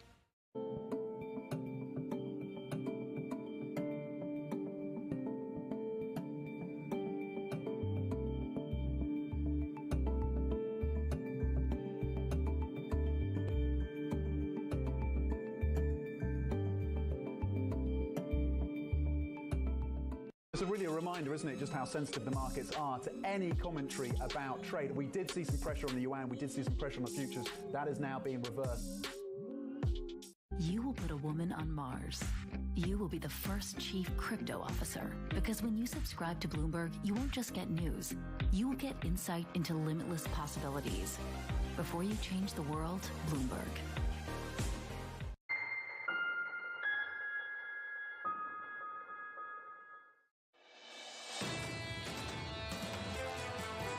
We have a perfect storm of weakening global growth in all regions. So in the US, you have this huge idiosyncratic tightening of financial conditions. In Europe, we have the war. And I think what broke the straw that broke the camel's back, so to speak, was the China COVID lockdowns. Things get worse in China. George Saravelos there, the global head of FX research at Deutsche Bank from New York City this morning. Good morning. We have a bounce back on the S&P 500, a little bit firmer, up 0.9%. Yesterday, a break of 4K, a close below that level at 39.91 on the S&P 500. The first such break and close there going back to March 2021. Yields coming a couple of basis points to just north of 3% on a US 10-year. Crude down again, 101 on WTI. We are down by 1.6%. And a downgrade on Chinese assets from the BlackRock team, Jean Bavin and Wei Li. And what's interesting about this is it's not just about the lockdowns in China. TK, take a listen to this. This is also about Beijing's ties to Russia. Quote, foreign investors could face more pressure to avoid Chinese assets for regulatory or other reasons. I find that very interesting. We spoke to the White House yesterday about this, about the machinery of actually doing sanctions, and not that everybody's going to go after China, but in a partial way, that could have a large effect as well. John, I would also note dollar resiliency this morning, but away from yen, away from euro. There's some other noise going on in the FX market, which maintains a resilient dollar. Right now, he has given us resilient opinion and science on this COVID pandemic. We are thrilled to bring you Amesh Adalja this morning, senior scholar, Johns Hopkins Center for Health Security. Amesh, are we getting a new bout of COVID? I look at the cases up, hospitalizations up, deaths not so much. Is there something new here we need to worry about in July or August? Well, what we have to worry about is the fact that there are more contagious variants that are evolving. BA2 and now an offshoot of BA2, that is the most transmissible version of the virus that we've seen. And you couple that with people back to their activities, yes, you're going to see cases go up. But what you have to really keep an eye on is hospitalizations in terms of what percentage of hospital capacity are they at. And from that standpoint, I think we look good because cases are always going to go up and down. This virus is going to be with us. Our goal is to make it tamer and shift it to a milder spectrum of illness. And I think that's what we're achieving. Can we help with an initial booster, a third shot? And dare I say that we're going to be discussing this summer a fourth shot, a second booster? I think that we don't really have an optimal booster policy. And when it comes to the boosters, this is the original version of the vaccine. And now we're fighting a virus that's mutated several times or several different lineages away from that ancestral strain. So what we see is our vaccines are holding up really well, even in their original formulations, against what matters, serious disease, hospitalization, and death. But they're not as robust at preventing infection anymore. So I don't think that outside of high-risk populations, boosting them with the original version of the vaccine is going to do much but give a transient benefit. I think we have to think, does the vaccine need updated? What is our overall strategy? Is it to keep people out of the hospital or is it to prevent all infections? And that's how the booster strategy should be formulated. But we do need newer generation vaccines that are better than the current version with what we have now. Dr. Adalja, we're talking about nuances here in the United States and to some extent in Europe. It is a very different picture over in China. What would happen if Xi Jinping reversed course and abandoned zero COVID from a health perspective? It all depends upon how the population reacts. If we know that they have a low vaccination rate, especially amongst their high-risk populations, which is kind of paradoxical and backwards. So that would mean that hospitals may get inundated. So what they have to do, when they pivot off of zero COVID, they have to vaccinate their population. They have to start using all these tools like Paxlovid and monoclonal antibodies and rapid tests to be able to mitigate what's going on. And then you also have to make sure that hospitals have capacity, that they can make hospitals. And we know China can make hospitals in a week if they want to make them. They need to make sure that they have capacity to deal with it. But that is the solution, no matter how you look at it, because the virus isn't going away and China can't isolate from the world forever. And that's the only solution that you have with a rapidly spreading, efficiently transmitting virus like COVID-19. From a health perspective, what does it do to the virus to have an entire nation that is under-vaccinated and not developing the herd immunity that other regions are? When it does reopen, is there some sort of incubation risk or some sort of mutation risk that could evolve if you do get a mass upswing in cases in a specific region, even after the rest of the world has tried to move on? Anytime the virus can spread unchecked, there's always going to be a risk of new variants occurring. We've seen that with the South African variants that have been discovered there. We've seen that even in the U.S. with variants that have been discovered here. But I think that the goal here has to be to get the population vaccinated, and we will deal with the variants as they come. We're always going to see this virus evolve. It comes from a viral family that causes 30% of our common colds. It always evolves, but we have to keep abreast of those variants and study those variants. But I think that the zero COVID policy is so bad and so disastrous that it has to be moved from, and we have best practices that could be used. They don't need to stick to this any longer. Dr. Adalja, in May, one of the great joys of the streets of New York is to see newly minted graduates and undergraduates walking around in their robes. Yesterday, 6 or 7 newly minted MDs from Mount Sinai walked by me. What are they walking into in hospitals? Are they walking into staffed hospitals, staffed doctors, staffed nursing with a new attitude post this pandemic? Or are they walking into hospitals basically in chaos? The hospitals are not in chaos. I worked at the hospital just last week, and I'll be there this weekend. They're not in chaos. I think we're in a much better place. I see very few COVID-19 patients in the hospital now. Hospitalizations are up, but they're nowhere near what it was like during the Omicron surge, and definitely not during the December 2020, January 2021 kind of tyranny that we had in the hospital with COVID. So it isn't something that's completely disrupted. We do still have staffing issues with nursing, particularly because that nursing market has changed a lot with travel nursing and nursing being able to bid up the prices. So hospitals are trying to adjust to that, but it's not anything like what we saw in the past. It's not chaotic. I think the hospitals are in good shape, although we do now have shortages because of the Shanghai lockdown, that certain IV contrast dyes for CAT scans are not available because of what's happening in China and their zero COVID policy.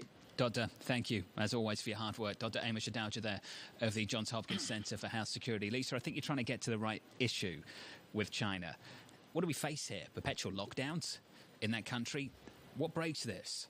Right now, from a political standpoint, it seems like very little because they're just cracking down harder in terms of trying to keep some of the information within China, as well as, frankly, isolating people who've had any contact. They call the people who are tasked with enforcing this the big white, basically these people dressed in gowns that go around and try to identify anybody who's had contact with anybody else. How do we get out of this? And if we don't, what is the consequence to an economy that's already struggling with supply chains and already struggling with shortages of goods? Well, supply chains, TK, let's talk about it. You heard Dr. Adalja there, struggling to access certain supplies. That's the healthcare industry.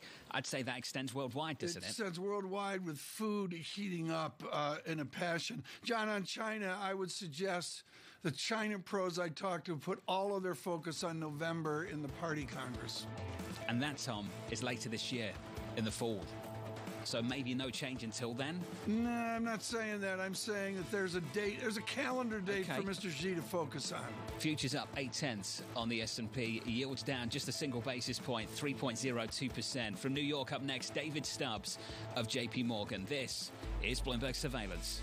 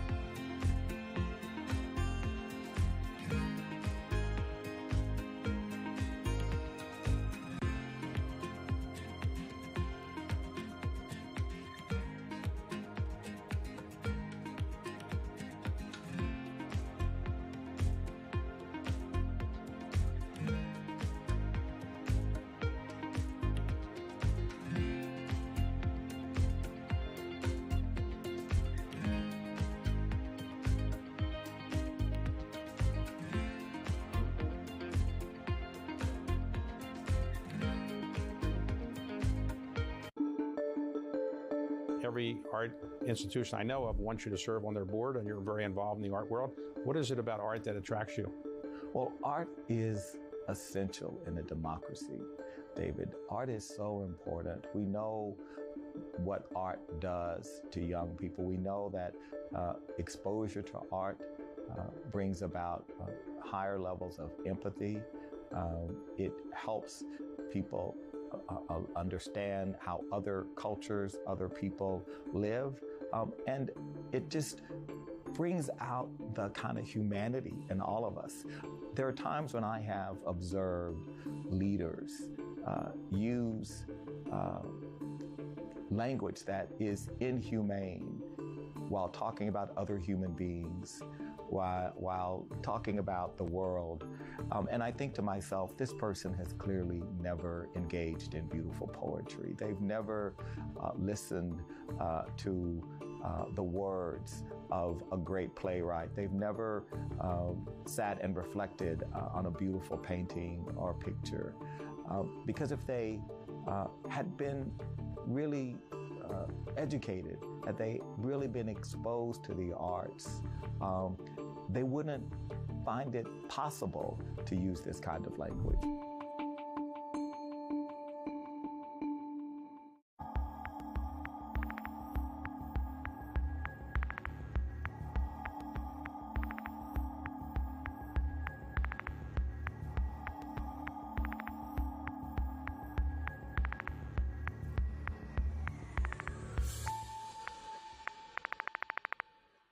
BSO Now is your online home for weekly Boston Symphony Orchestra and Boston Pops performances. See new concerts that go behind the scenes, plus acclaimed archival concerts. Visit bso.org/now, where the music plays on. BSO season sponsor, Bank of America.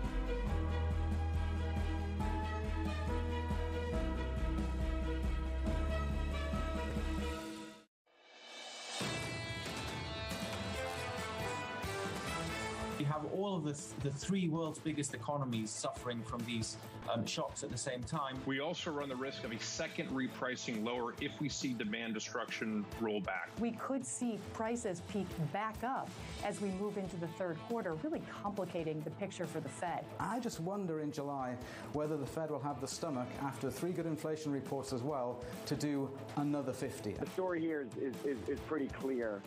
The Fed's been way behind the curve.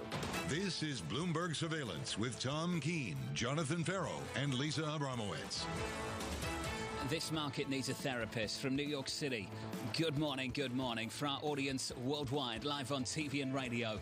Alongside Tom Keene and Lisa Abramowitz, I'm Jonathan Ferro. Futures up 0.8%. TK, there's your bounce. Will it stick? Well, there's a bounce, and there's the bounce this morning with a little bit of hope and prayer. As we mentioned the last hour, John, maybe it's a shift on the Fed guessing game and such. But as Lisa mentioned, earnings, you know what? They're better than good, and strategists reframe, they readjust. And we look forward, Tom, to CPI tomorrow. That is the major one, the big one for this market. I agree, and it's going to be interesting to see. Let me get that up here, John. I know you already know the numbers. I don't. Year over year. John, I'm still not used to an 8-figure. I mean, I don't know what else to say. We're looking for another one tomorrow. Wall Street will look for one thing, and the front covers of the newspapers will go with something else. Yeah. Lisa, the front pages, and I would argue this administration too, will look for that deceleration in the headline number year over year. Wall Street will be looking at core month on month. It's going to be a different story. And they're also going to be looking at the components. What's driving the deceleration in inflation, and what's driving ongoing inflation? I'm wondering how much of the new surge is due to the supply chain disruptions, and whether that changes the story for a Federal Reserve that is trying to fight demand-side inflation, cannot do much about the supply side unless they just simply crimp how much growth there is in the economy. Is it enough to change the tone of what's happening right now? A mechanical peak in CPI year over year. I really do go back to the components. If you start getting a mechanical peak, but you see real momentum in wages, you see real momentum in rents, how can they justify not hiking quickly into that? How can they really change some of their tone? And also, if we don't get a significant deceleration over the next few months, does that really change anything if you have inflation running at 7% rather than 8%? A ton of Fed speak coming up. Bramo's going to run through it. Equity futures right now, a little bit of a bounce, up 0.8% on the S&P. Some real pain in the Nasdaq 100 over the last few days. You've all seen it. The Nasdaq now up by 1.2%. Yields yesterday actually lower and not higher, particularly at the front end, and we'll keep building on that conversation through this morning. Today on 10s down a basis point. Lisa, just about holding on to 3% on a 10-year maturity. I think you're very much right to point out that how much this really is the focus.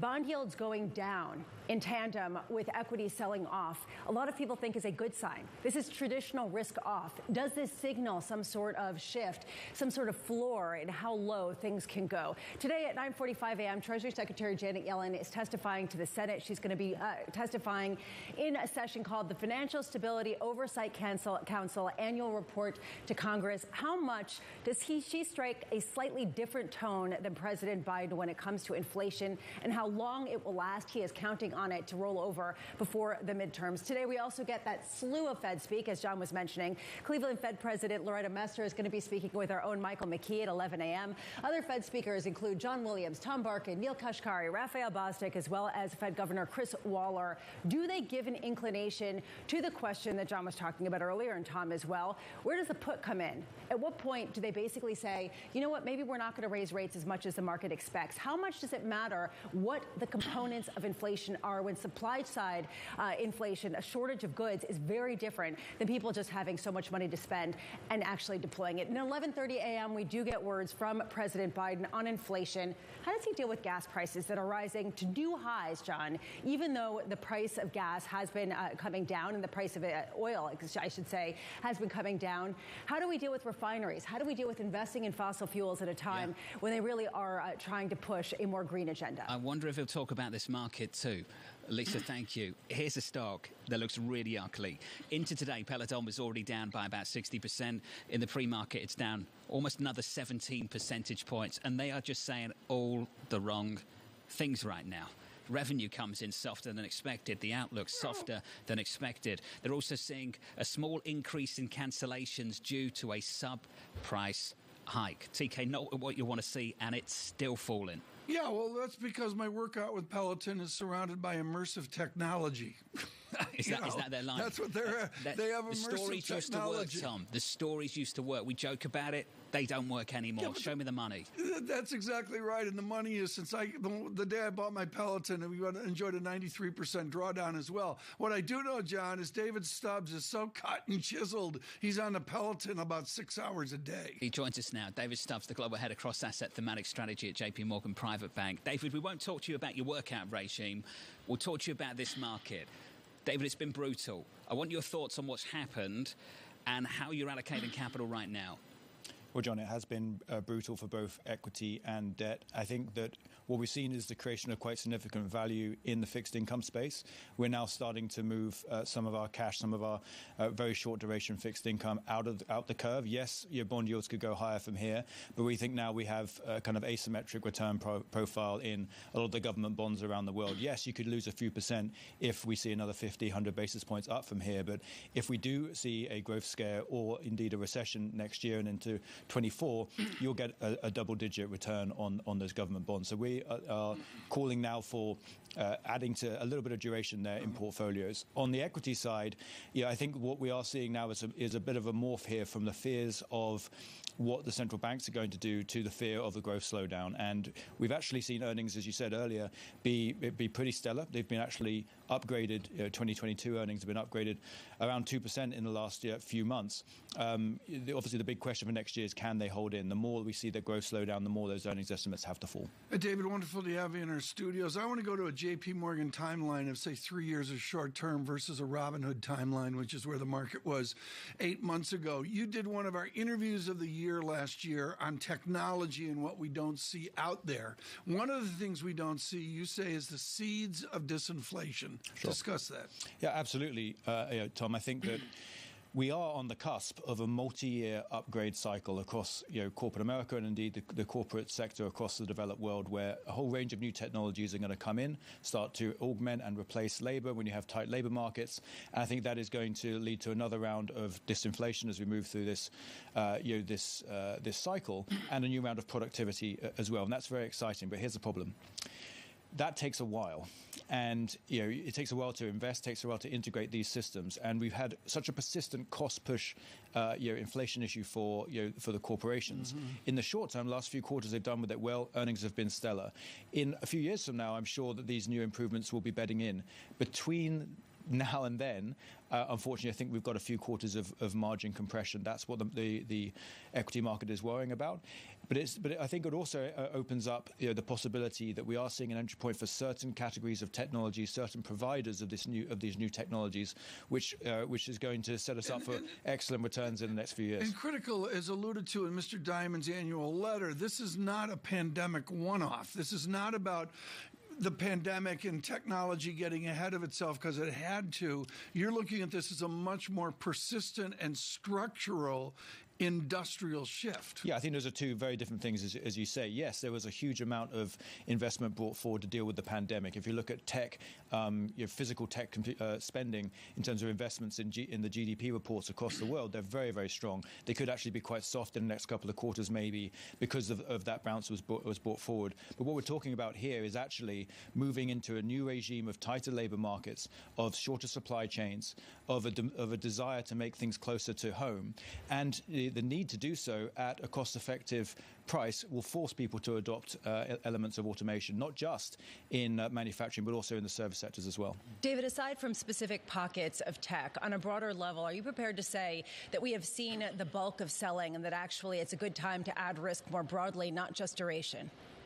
I think if you look at the sentiment in markets, is obviously incredibly bearish right now. We had some numbers that we calculated on this. When you assess sentiment broadly across, say, volatility, pricing, etc., if you buy at these levels, you usually get about a 6% return over the next 3 months versus 3% at another time. So a tradable rally, is it likely in the next few months? Sure it is. And you just need a catalyst for that. A soft CPI print tomorrow could absolutely be one of those catalysts. A hot one, I think, would be pretty tough for the market to take. Broadly, though, at least I do think we're in a period of more volatility than return, because we have to get past not only the tightening of central banks, but then the impact on growth the other side. Hopefully that impact is modest, inflation eases, and you have this fabled soft landing, in which case there's not much further downside from here. The scary part, of course, is that if growth slows significantly, inflation is a little bit more sticky, then the growth next year is going to be very meager indeed, and fears of recession will, of course, pressure risk assets. That's the problem right now. What do we get? David Stubbs at JP Morgan Private Bank. David, always great to catch up with you, buddy. Just to return to that Peloton story, we're down by 17.5% to 1165. We've already taken out the pandemic gains for this stock. And this line from the CEO, Lisa, talk about a company caught wrong-footed. The balance sheet challenge has been managing inventory. We have too much for the current run rate of the business, and that inventory has consumed an enormous amount of cash. What a change in fortunes for this company in 2 years. Is it an outlier, or is it one of the examples of how much ebullience there was during the pandemic? It is shocking to see how much of a reversal, and people were talking about some sort of Sex and the City issues they had with some of their advertising. Remember when they had that episode with Sex and the City with Chris Noth, and he died on a Peloton, and it became a sort of PR crisis? They've got a lot bigger problems. That was my point. Thank you. That was my point, was that they've got bigger problems than that. John. This line, Tom, I think is going to stand out for you. I'll say, don't worry. He's going to move on. The CEO, Tom, thinly capitalized for a business of our scale. Now, to Lisa's point, is this a Peloton story, or are there other Pelotons out there?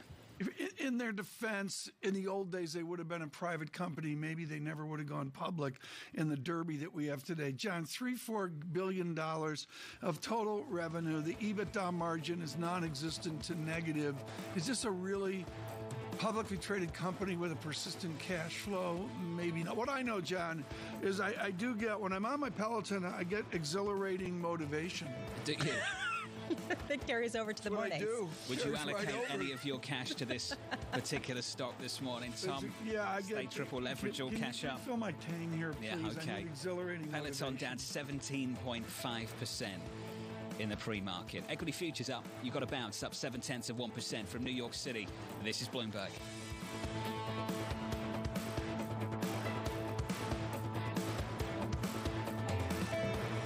Keeping you up to date with news from around the world with the first word, I'm Ritika Gupta. President Biden will highlight his efforts to stem inflation in a speech today. It comes at a time when soaring prices threaten Democrats' slim chances of holding on to Congress after midterm elections. The president will draw a contrast with a Republican proposal to raise taxes and let popular programs like Social Security and Medicare expire. And just in time for summer driving season, U.S. retail gasoline and diesel prices have set a record. According to AAA, average gasoline prices have hit $4.37 a gallon, whilst diesel is at $5.50. Americans are expected to drive more this summer than in 2021, despite the pricier gas.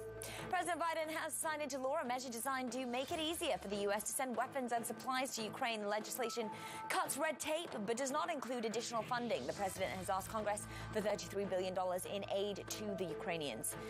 And those shares of Peloton are falling in pre-market trade. The fitness company reported fiscal third quarter revenue that missed estimates, and its outlook for fourth quarter revenue was well below expectations. Global news 24 hours a day on air and on Bloomberg Quick Take. Powered by more than 2,700 journalists and analysts in more than 120 countries. I'm Ritika Gupta. This is Bloomberg.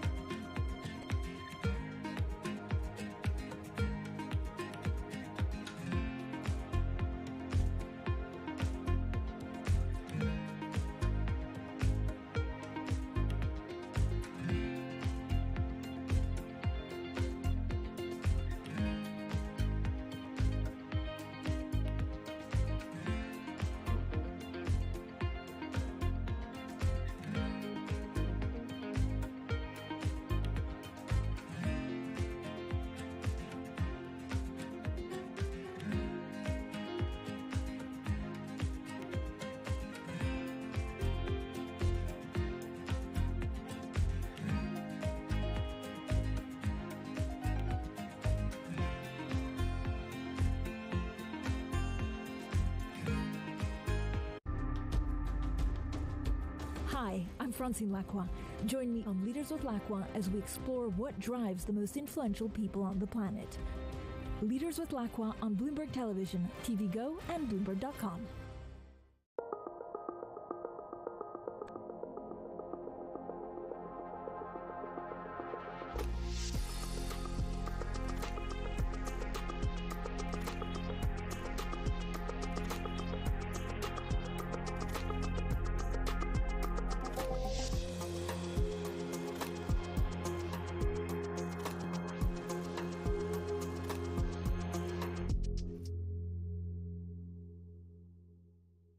Bloomberg has enhanced search on the terminal to deliver what you need when you need it.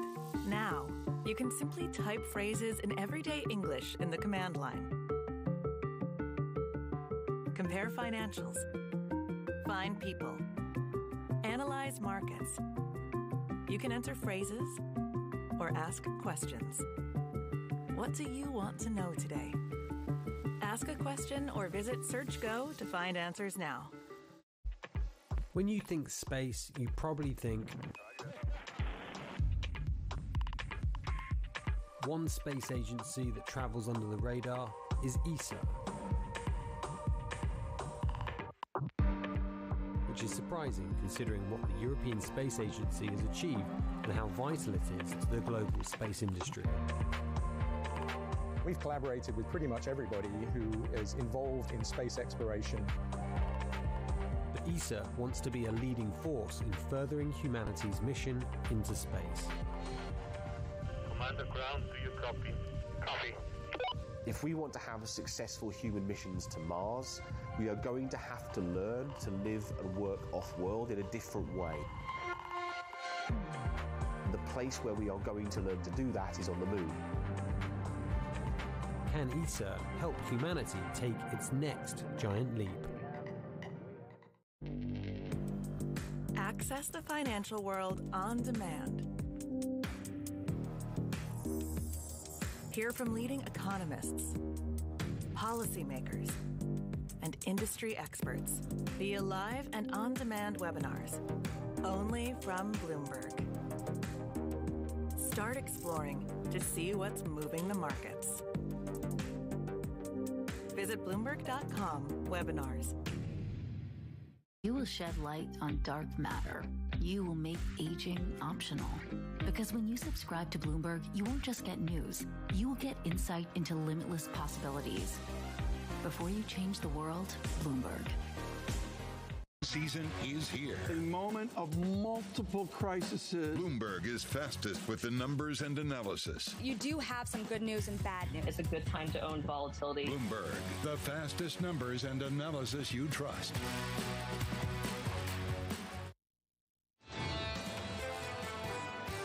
You heard my president several times that he said the need should be to have these negotiations on the highest level. My president is ready for these negotiations. Unfortunately, once again, we see no readiness from President Putin himself to be a part of these negotiations. Always enjoy hearing Maria Tadeo catch up with Ihor Zovka, the advisor to the Ukrainian president from New York City this morning. Good morning. Equity futures positive 0.6%.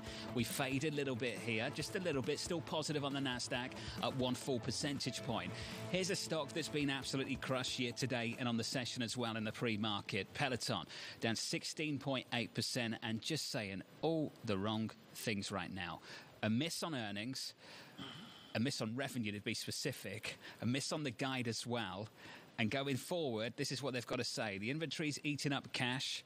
It's leaving the company, quote, thinly capitalized. That stock, Tom, really struggling. It's really struggling as well. And, we're going to get more stories like this, John. It's just where plans blow up, and they blow up in different ways. John, can we say that Peloton is old news right now? Like, it's not that we didn't know the specifics here, but no, there's nothing new about this, Tom. There's nothing new about this, but I do think it's interesting. You've got a company that's seeing great demand, so they build up inventory. They build up inventory. They build up inventory. And here we are, demand's gone. Just nothing like what it was. And if you see the pandemic story, if you took a 5-year chart of the stock, Tom, great story. The likes of Cathie Wood and others who like these kind of names, fantastic. Then all of a sudden, big fade. That's what we're dealing with. And when Lisa's talking about the prospect of how many Pelotons are out there, that's the kind of dynamic we're trying to think about going forward from here. Including the two in her living room. Right now joining us, Joe Matthew in Washington and Maria Tadeo in Brussels. I hope I pronounced Brussels okay there. And we look to Maria Tadeo now for a morning brief. Maria, I was shocked at the research notes from international relations and also from those more Wall Streety on the speech of Mr. Putin and his fragility. How is his health discussed in Brussels? Oh, Tom, you have to be very, very careful about that because we know that there isn't a lot of information. The Russians, of course, that is completely a no-go. The image of Vladimir Putin in his native country is, of course, the man who is, well, a military genius, but also in very good health. We don't know anything about his private life, and he simply won't go there. When you look at the European institutions, I think they want to be incredibly careful because after Vladimir Putin, it's not clear what would happen to Russia. And, of course, the big thing the Europeans want to avoid is not repeating that mistake of President Biden almost suggesting that there should be someone after Vladimir Putin and that there should be a regime change. So that's why I think they're very careful about his health. Maria, what are the next steps for the European Union with respect to this oil ban that we still don't really have details on? Look, I think this is another big mess for Europe. I think once again it's the same old story. The politics, the energy, security, defense are all very connected. And today you have the former German defense minister, Ursula von der Leyen, who now leads the commission on a plane to see Viktor Orban to try to convince him that he should approve this embargo. So again, it's a very tricky situation where the politics, the internal dynamics of the European Union prevent quick action. And really, there's a growing debate here in Europe as to whether or not this principle of unanimity should be dropped. The 27 countries, remember, they have to agree. Nothing is agreed until everything is agreed. That's how Brussels work. But increasingly, there's voices that suggest we have to ditch it. We're way too slow. Joe, we're about 4 hours away from President Biden's speech, where he's going to try to come up with some sort of new narrative to paint around the inflation that we're seeing here in the United States. What has stuck so far that he has tried? Well, that's a good question, and you'll have an opportunity to pick through some of the things that the administration has tried. But if you look around, I don't think it's well, look, it's pretty obvious that as many swings as the administration has taken here, it has not really made contact with the ball. They like to talk about the Putin price hike, but of course, energy prices were soaring even before the war began. Inflation was an issue before we ever started talking about Ukraine. So today he's going to talk about attempts that have been made, and he's going to suggest that, or in fact, urge Congress to pass a lot of ideas that have never been able to pass before. Build Back Better. Think extended child tax credit, lowering the cost of prescription drugs. There's going to be a familiar sound to some of the ideas that he's urging Congress to act on, but there's a reason why they didn't pass last year in a midterm election year, Tom. It doesn't look like they have a great potential to move now either. Joe, swing it back to the foreign front of Mr. Biden. And the bottom line is he needs help from Brussels. How allied, Joe Matthew, are the allies right now? How is that perceived in Washington? Well, you're going to see an example of that today with Mario Draghi visiting the White House, and that's going to be, a united front. They may not agree on everything here. Italy has a much different relationship with Russia than the U.S. did going into this war, but that's going to be an important optical presentation here for the White House. But the president is still asking for money. It was some days ago he asked for $33 billion, and this latest tranche of war funding for Ukraine has been bogged down in a conversation over COVID response funding. Now, at this point, it looks like they're going to break them apart. President Biden last night gave it the okay. He said, look, I realize that we don't have the votes here. Strip it and let's pass that military and humanitarian aid as a clean bill. As we understand right now, according to the Pentagon, the administration will run out of its authorized drawdown money in 9 days. So they need to get this on now. Joe, thank you. Good to catch up. Tom, would you like to thank Maria? Oh, Maria, thank you. Thank you, Maria. So, Maria Tadeo. I'm scared to say Maria's second name now, just in case she jumps out the screen. You got it right. Thanks, Maria. We appreciate it. Thanks. Sandon coming up a little bit later. And Javier Blas as well. Weekdays. Is he joining Joe Matthew, that was Tom? terrible, Tom. That was terrible. That was terrible. Just don't. Just don't. That needs a lot of practice. Okay. Maria, I'll catch up with you later. Thank you. Sand on with Joe Matthew at 5 p.m. with Maria and Javier. We're going to go to Carolyn Conan joining in Paris as well. They're going to have some fun TK. John, seriously, sure. Italy, Germany, to the moon. I mean, Mr. Draghi joins the White House, and you've been world class on this. I mean, Italy to Germany 10-year goes from a 1 percentage point differential, doubles out to 2 percentage points. I mean, that's a reality Mr. Draghi faces. Yeah, 200 basis point plus spread over the last week or so, Tom. June 9th, the ECB meeting, that was great. Good. That's the market. Let's talk about the politics. And you touched on something important. Italy's relationship with Russia has been very different than the United States, America's relationship with Russia. It's worth remembering that only a number of months ago, when we had a massive Russian troop build-up on the border of Ukraine, and many people were accusing the Russians of preparing to go in, to invade the country, and the Russians were denying that the Italian business leaders were looking for a meeting with Vladimir Putin, Tom, to talk business. That's how much things have changed in just a few short months. And there is a fear, I think, still, Tom, that maybe they will snap back, that perhaps they still could. Now, I know that's not the consensus view, but still that fear exists. Right. Well, I think, John, it needs reporting from Rome, a surveillance road trip there. To another tour. Meet with Mr. Draghi. Will you practice your pronunciation of Italian names? No, I got to get through the Spanish names first. Still scarred from Maria in the last 24 hours. And this morning too. Just don't. Just don't. Futures up 0.5% on the S&P from New York. Heard on radio, seen on TV. This is Bloomberg Surveillance.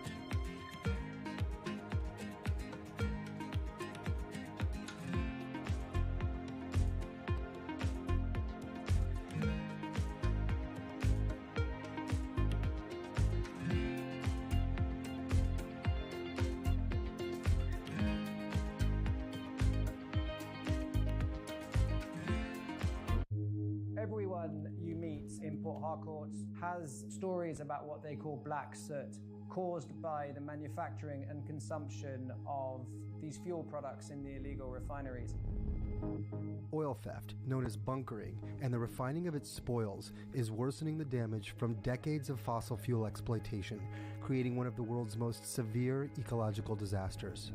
Our sacred forests, our homes have to give way to oil wells, and no one gets much benefit. Imagine a resident of Port Harcourt who inhales this soot every second in 24 hours, 7 days a week, 30 days in the month, and for years now, we are dying slowly but surely, and our lifespan is reducing every day.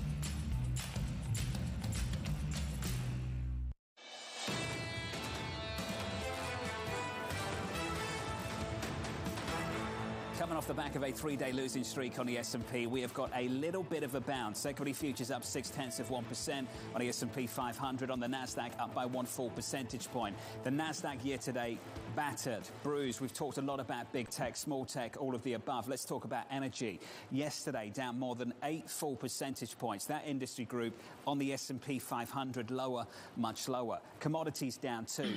And an interesting move at the front end of the yield curve that we need to keep talking about. Switch up the board and get to the bond market. Twos. 257.75. Last Wednesday, 285. Yields lower yesterday. Yields lower again today by a basis point. 257.75. Tens a break of 3% now. 299.87.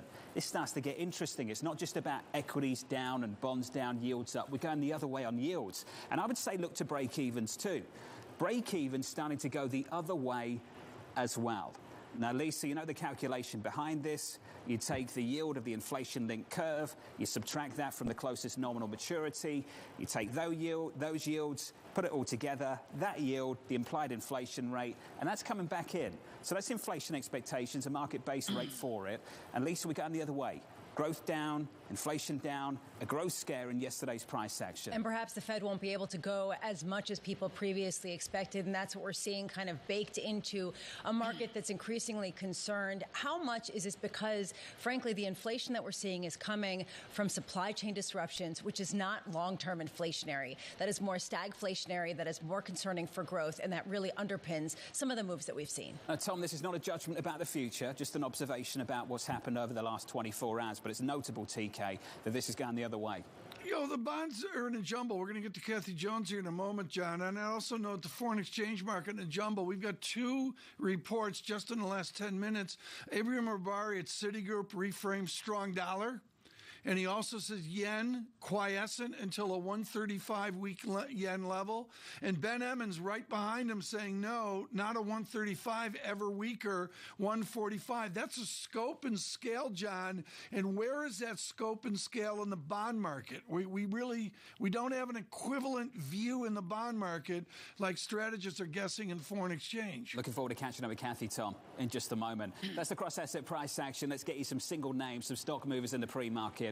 Let's get to Romain. Good morning, Romain. Hey, good morning, John. Yeah, the growth story, really the macro story driving the equity action, but raising a lot of questions now as to whether people are overlooking the micro. Apple's sort of emblematic out that, down 16% now from that all-time high. A company with $95 billion in free cash flow, $100 billion in net income, GAAP net income to be sure, and a PE ratio that's smaller than more than half the members of the NASDAQ 100. Now near oversold conditions. You're seeing a bid come back into this market today, only up about 1% after after slipping more than 8% over the past 3 days. It'll be interesting to see whether some of these sort of stalwarts of the market can sort of reassert themselves, whether there's enough confidence out there. Do you put Apple in the same basket as Upstart Holdings? Upstart down 52% right now. Of course, this is the lending platform, basically saying it's going to have trouble meeting its guidance for the year. It missed pretty much across the board on the main metrics for the quarter. Higher interest rates, and you talk about the fact that loan growth, loan balances are rising. That's creating a risk spectrum here that some investors don't want to be a part of. Upstart Holdings slide, dragging down other peers, including Affirm down about 14%. SoFi also lower here in the pre-market. You talk about some of the pandemic darlings, GoodRx, remember them? They're pulling their guidance for the year, saying they're not going to meet the targets, just flat out saying that, not providing anything new. Those shares down 41% here in the pre-market. The company also said that some deal that it had with an unnamed grocery store chain is basically affecting its earnings, some shift there in how that company recognizes PBMs that GoodRx works with. And of course, you guys have been talking about Peloton all morning. Those shares now down almost 25% here. And I'm not going to rehash the numbers, but I do want to point out, guys, the inventory numbers on this are just absolutely astonishing. You go back to June of 2020, you had inventory of something like $200 million on the balance sheet. By June of 2021, that had swelled to $900 million. And now, as of the March quarter, you're at $1.4 billion in inventory on the balance sheet. And the company says, don't worry, we'll sell all that. This is more of a cash flow timing issue rather than a structural issue. Investors not buying it, Tom. Yeah, the cash conversion cycle doesn't exist. Roy Bostic, thank you so much. Greatly appreciate that. The close this afternoon. Right now, Kathy Jones, Chief Fixed Income Strategist at the Schwab Center for Financial Research. Kathy, a given bond ETF is down 16% in price, 9% annualized, big loss. I would suggest the bond market handles price decline in a bond bear market differently than the equity market. What are you observing from Schwab clients as they enjoy price decline?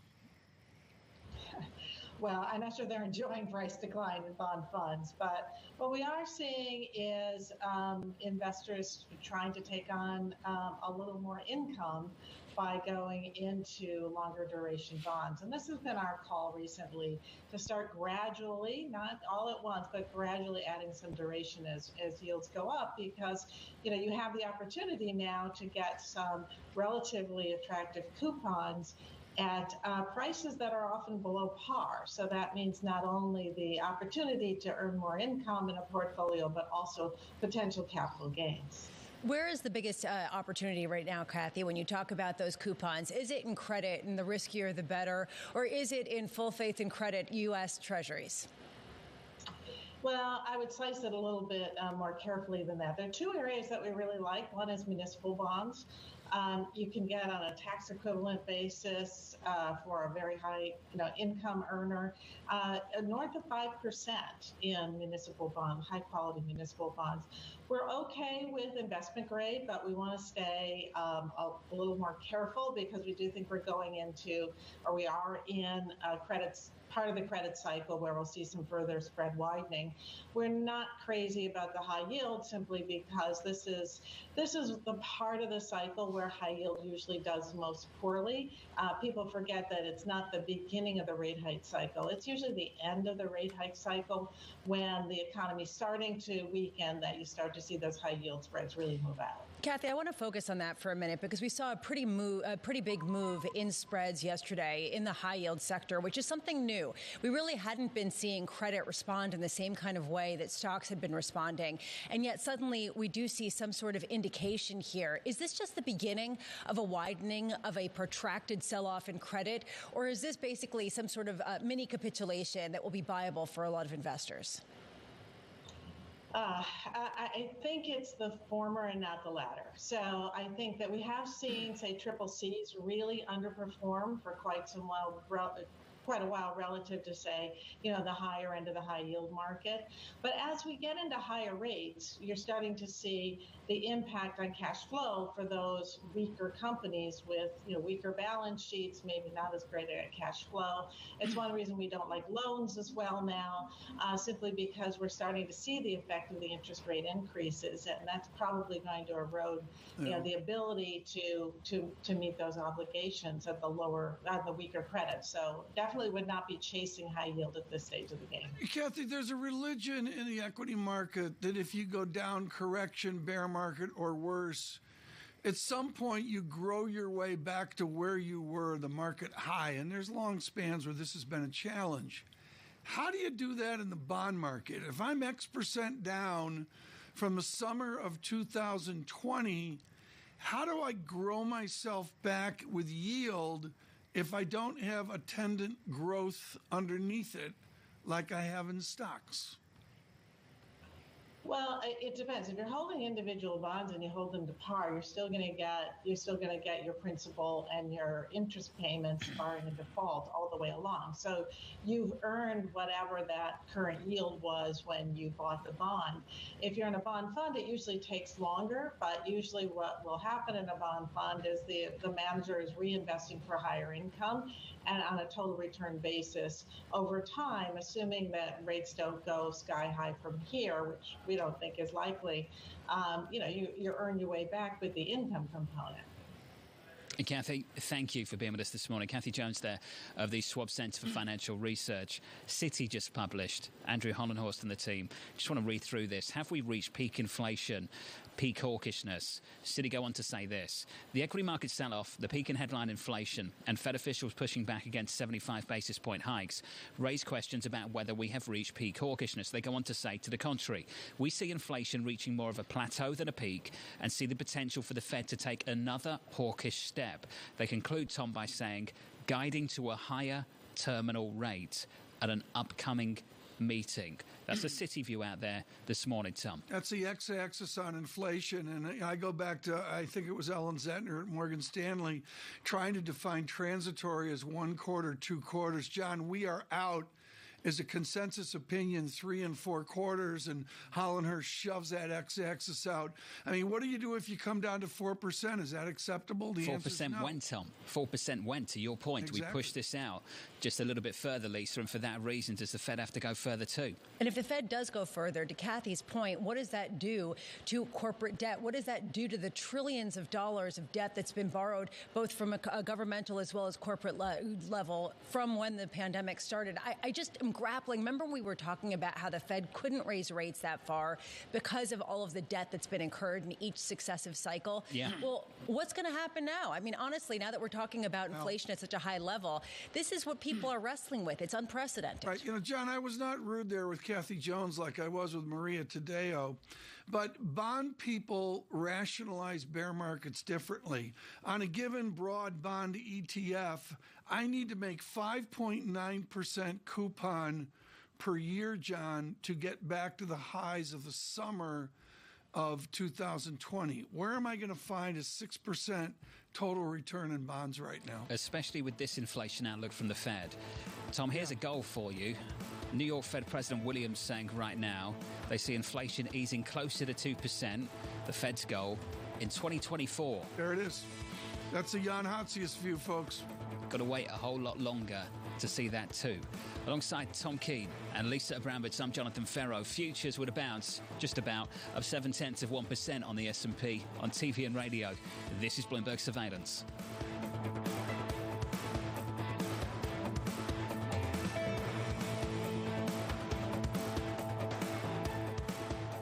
Keeping you up to date with news from around the world with the first word, I'm Ritika Gupta. Sanctions and Russia oil will be high on the agenda today when Italy's Prime Minister Mario Draghi meets with President Biden at the White House. Draghi resolutely backs sanctions despite his country's reliance on Russian energy. He's also backed sending heavy weapons to Ukraine, even though large parts of his ruling coalition object. In Finland, the Parliament's Defence Committee has concluded that the country should join NATO. Finland started on the path to joining the alliance after its neighbour Russia invaded Ukraine. 3 out of 4 Finns now support joining NATO. That's up from just 1 in 5 before the war in Ukraine. And in the Philippines, Ferdinand Marcos Jr. has brought his family back to power 36 years after his dictator father led the country. With almost all of the returns in the presidential race counted, Marcos won about 59% of the vote. His running mate is Sara Duterte, the daughter of outgoing President Rodrigo Duterte. And China is tightening pandemic restrictions in Shanghai and expanding a mass testing sweep in Beijing. More people are being shipped off to government-run isolation centers under a new definition of what it means to be a close contact. The country reported a little more than 3,400 new infections Monday. That is the lowest daily total since March the 16th. In a big transaction in the drug industry, Pfizer has agreed to buy Biohaven Pharmaceutical for $11.6 billion in cash to gain an approved treatment for migraine headaches. Meanwhile, Biohaven shareholders will get one half of a share of New Biohaven, a new company that will retain some compounds in development. Global News 24 hours a day on air and on Bloomberg Quick Take, powered by more than 2,700 journalists and analysts in more than 120 countries. I'm Ritika Gupta. This is Bloomberg.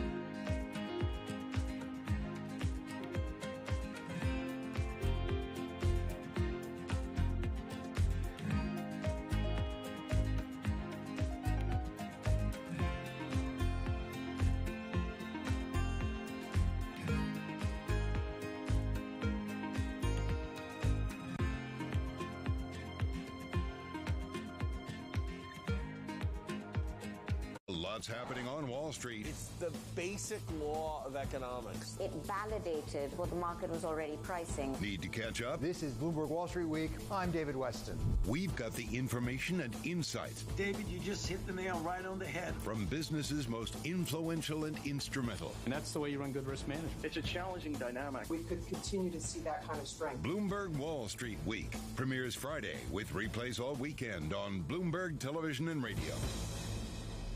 Companies now, they're getting hundreds, maybe even thousands of applications. So software has come in to automate the process. You want to write your resume for robots, not for humans. The only job your resume has is to be comprehensible to the software that is reading it, because that software or robot is going to decide whether or not a human ever gets their eyes on it. These things are programmed by a certain segment of the population that might not be totally inclusive or not be fully aware. Concerns about how this technology could exacerbate discrimination. For the FTC, I think foremost, the FTC needs to be making sure that we're fully understanding this technology. We don't trust companies to self-regulate when it comes to pollution. We don't trust them to self-regulate when it comes to workplace comp. Why on earth would we trust them to self-regulate AI?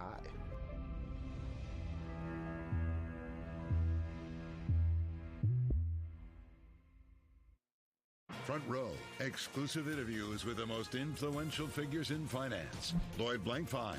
Deflation is a terrible thing. Inflation you could tolerate. Kathy Wood. Tesla will be in the pole position to dominate. Jeremy Grantham. We've had a very, very abnormal honeymoon Goldilocks period. First available on the Bloomberg Terminal, then on Bloomberg Television and Bloomberg.com. Front Row, the best seats in the house for business's greatest minds.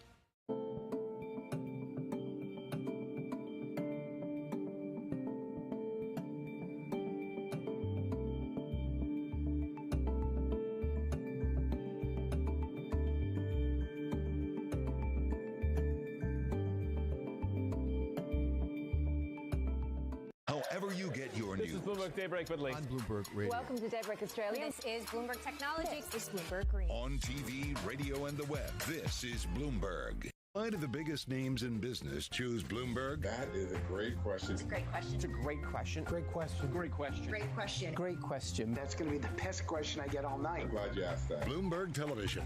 Top experts. Great questions.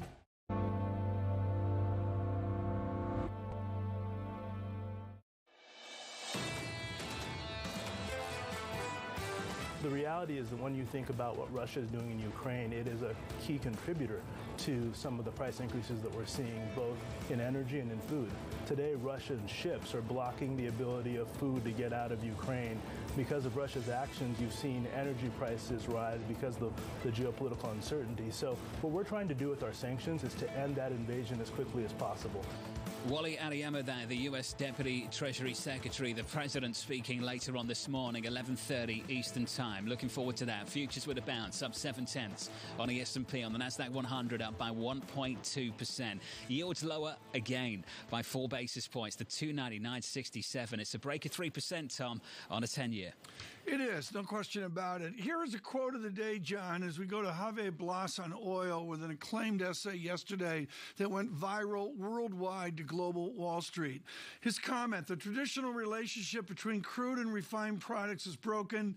Diesel oil, truck oil, has fallen to a 30-year low. Oil distillation capacity has fallen, the largest decline in 30 years. And then this morning on Bloomberg, reported by Javier and his team from Abdul Aziz bin Salman of Saudi Arabia.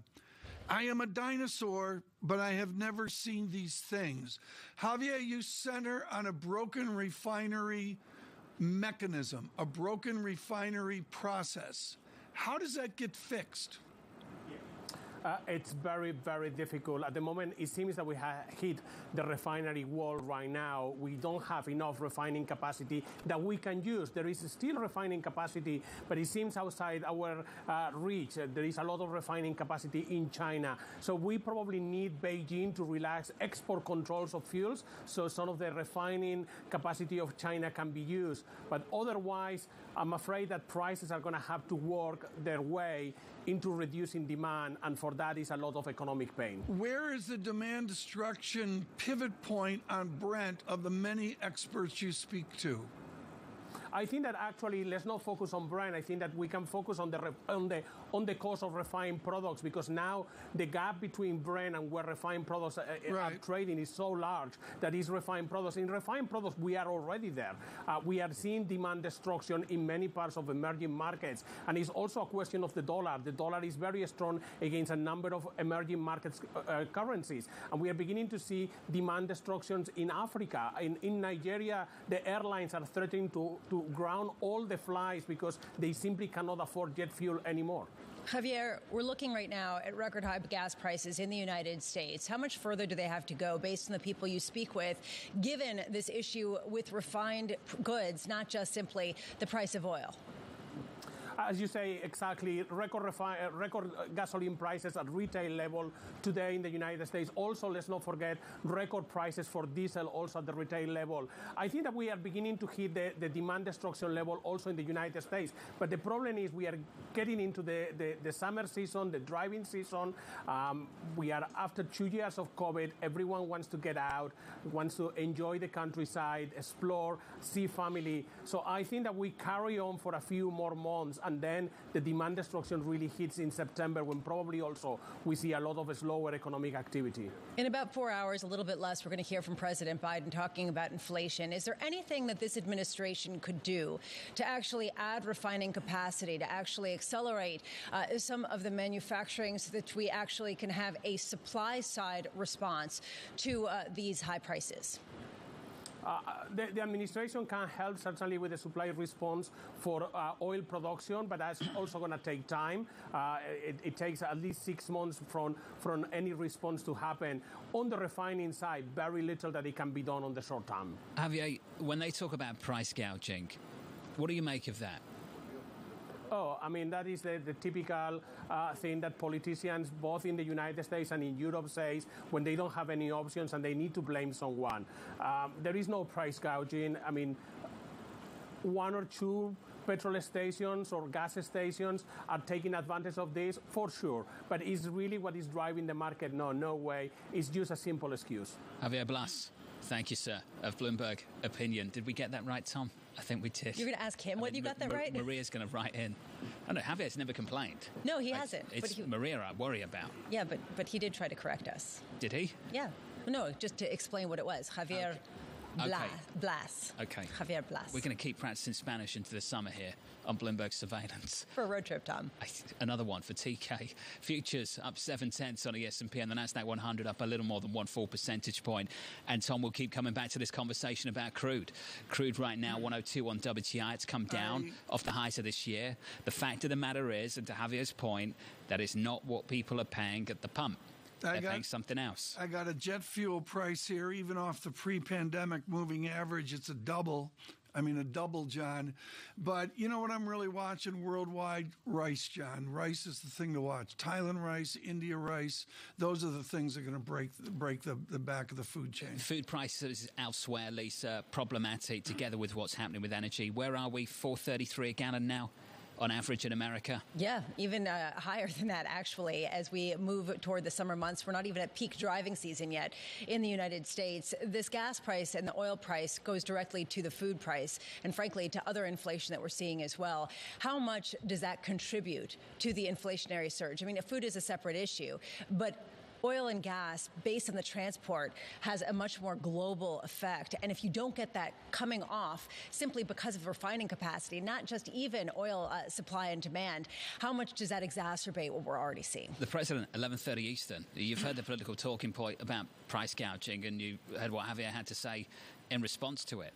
There's the politics, and then there's just the hard reality of what's happening on the ground. These are complex issues. The big oil companies in the Western nations reported their second biggest take-home profit ever after you strip out their operating costs in the first quarter. And they actually weren't giving much of it into investment. They were just giving it back to their shareholders. And some people might say, well, this is actually bad policy, or this might go against what the president wants. But other people would say this is good economics. The prices will come down. There is a shift away from fossil fuels.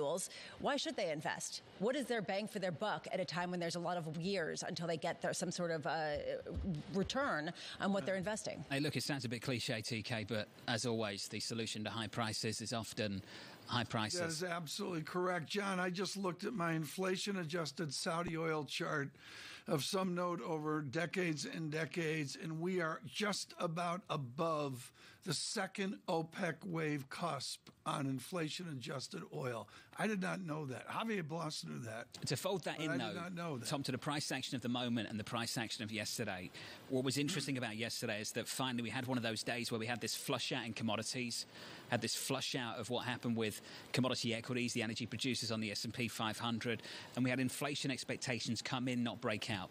That was a change, Tom. I'm not saying it's going to continue, but it was interesting to see that develop just yesterday. It's the battle that's out there now, and John Williams leads on it with a view out to 2022 and 2023. He has a very constructive path back to some form of normal price change. Lisa Shallot's going to join us in just a moment, the CIO of Morgan Stanley Wealth Management. Looking forward to catching up with Lisa in around about 5 minutes' time. Do not miss that. Equity futures up 0.6% on the S&P. The President of the United States speaking at 11:30 Eastern Time.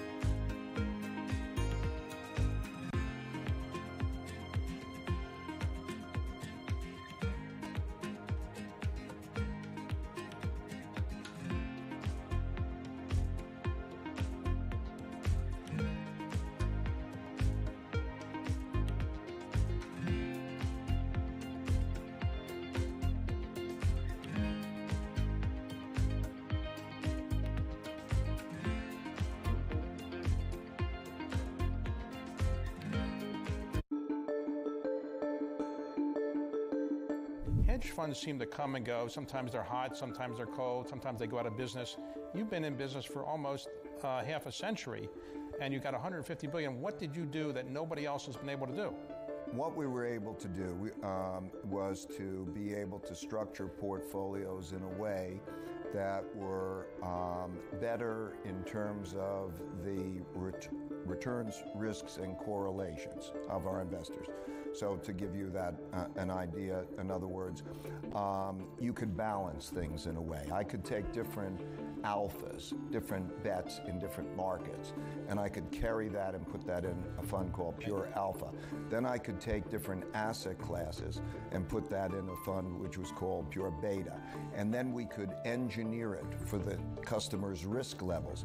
Do you want it at 12% volatility, 18% vol? And then they would, whatever benchmark they wanted, we could put the alpha on top of. So they could say, I want the S&P 500 plus a 6% vol operating that way. I know it all sounds complicated, but we could design and structure things to their liking that would produce an attractive risk and return that also was not correlated with their other investment.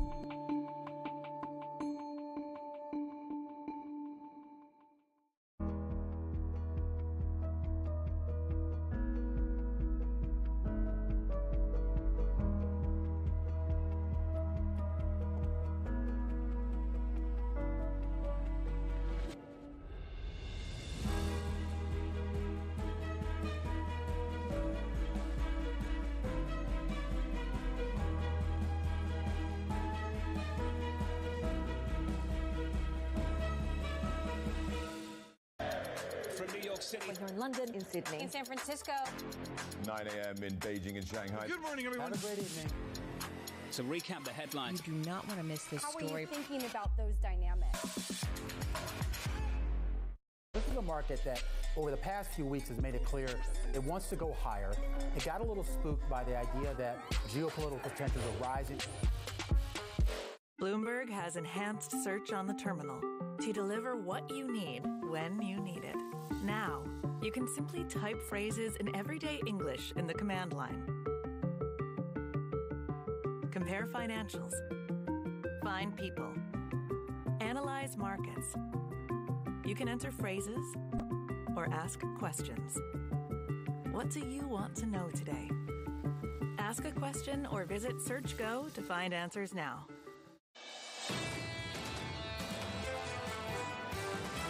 You have a perfect storm of weakening global growth. Don't panic here as you see this sea of red. We would incrementally be adding to duration here. I don't think this is a time you have to get hand over fist involved in the bond market. At this point, we are looking for negative growth, but we haven't yet been convinced that we're going to see outright recession. My beef with markets has been maybe too aggressive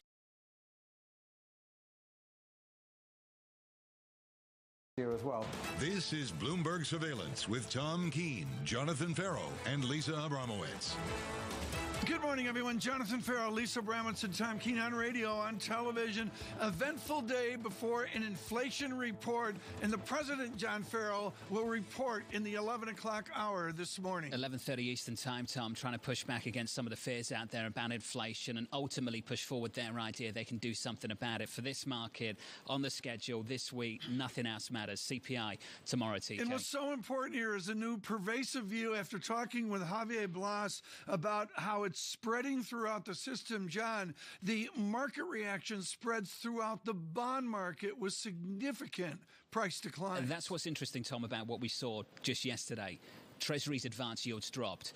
We've talked a lot about upside risk to inflation. Yesterday, for me, much more about downside risk to growth, because of what's been developing with inflation. That's a new development for this market, with energy equities struggling instead of rallying, and that yield moving lower instead of climbing. And underscored by John Williams in comments moments ago, John Farrow, the president of the New York Fed, makes very clear he's got a 2%-ish growth rate, and this inflation, it comes down, but he's got a 3-year horizon. He's got the wrong year on it, hasn't he, TK? Yeah. It's 2024. It's not 2022. It's not 23. It's 2024. And the likes of Citi think that this is going to stick with us for longer. They also believe that that rate, that end point, is going to be higher than many people believe. Let's go narrow here. Value add with Lisa Abramowitz. Lisa, to your wheelhouse, which is credit, spoke yesterday.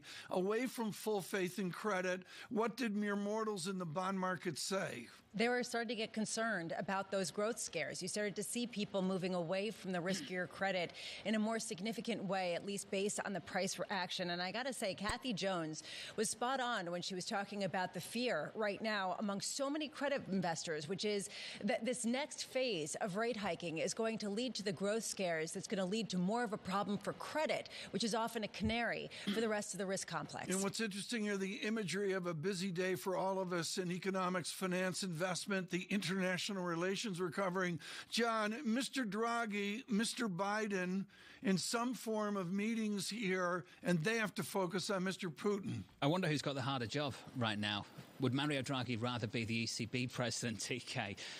I think that ECB job is much harder now, Tom. Yeah. Much harder than it was when he was there. When he was there, it was just one move, wasn't it? Let's ease. Let's get everyone on the governing council with me to do so. This time around, I've got no idea what you do in Europe faced with what you're faced with this year. Governor Bailey with a bid on sterling. Thank you, Prince Charles. In for the Queen this morning, 123.31 on sterling. But, you know, John, to all of the interviews we have, if we crack a 105 on euro, wow. Not far from it. We've done that already a few times over the last week. Data check. I'm going to look at the VIX, which is not with the markets, but still 33.48 on a VIX in a stick. John, what do you see? Look out, 10-year yields. A break of 3% earlier this morning, just about 3% right now. Yields in 3 basis points. We broke 320 in yesterday's session and yields race lower.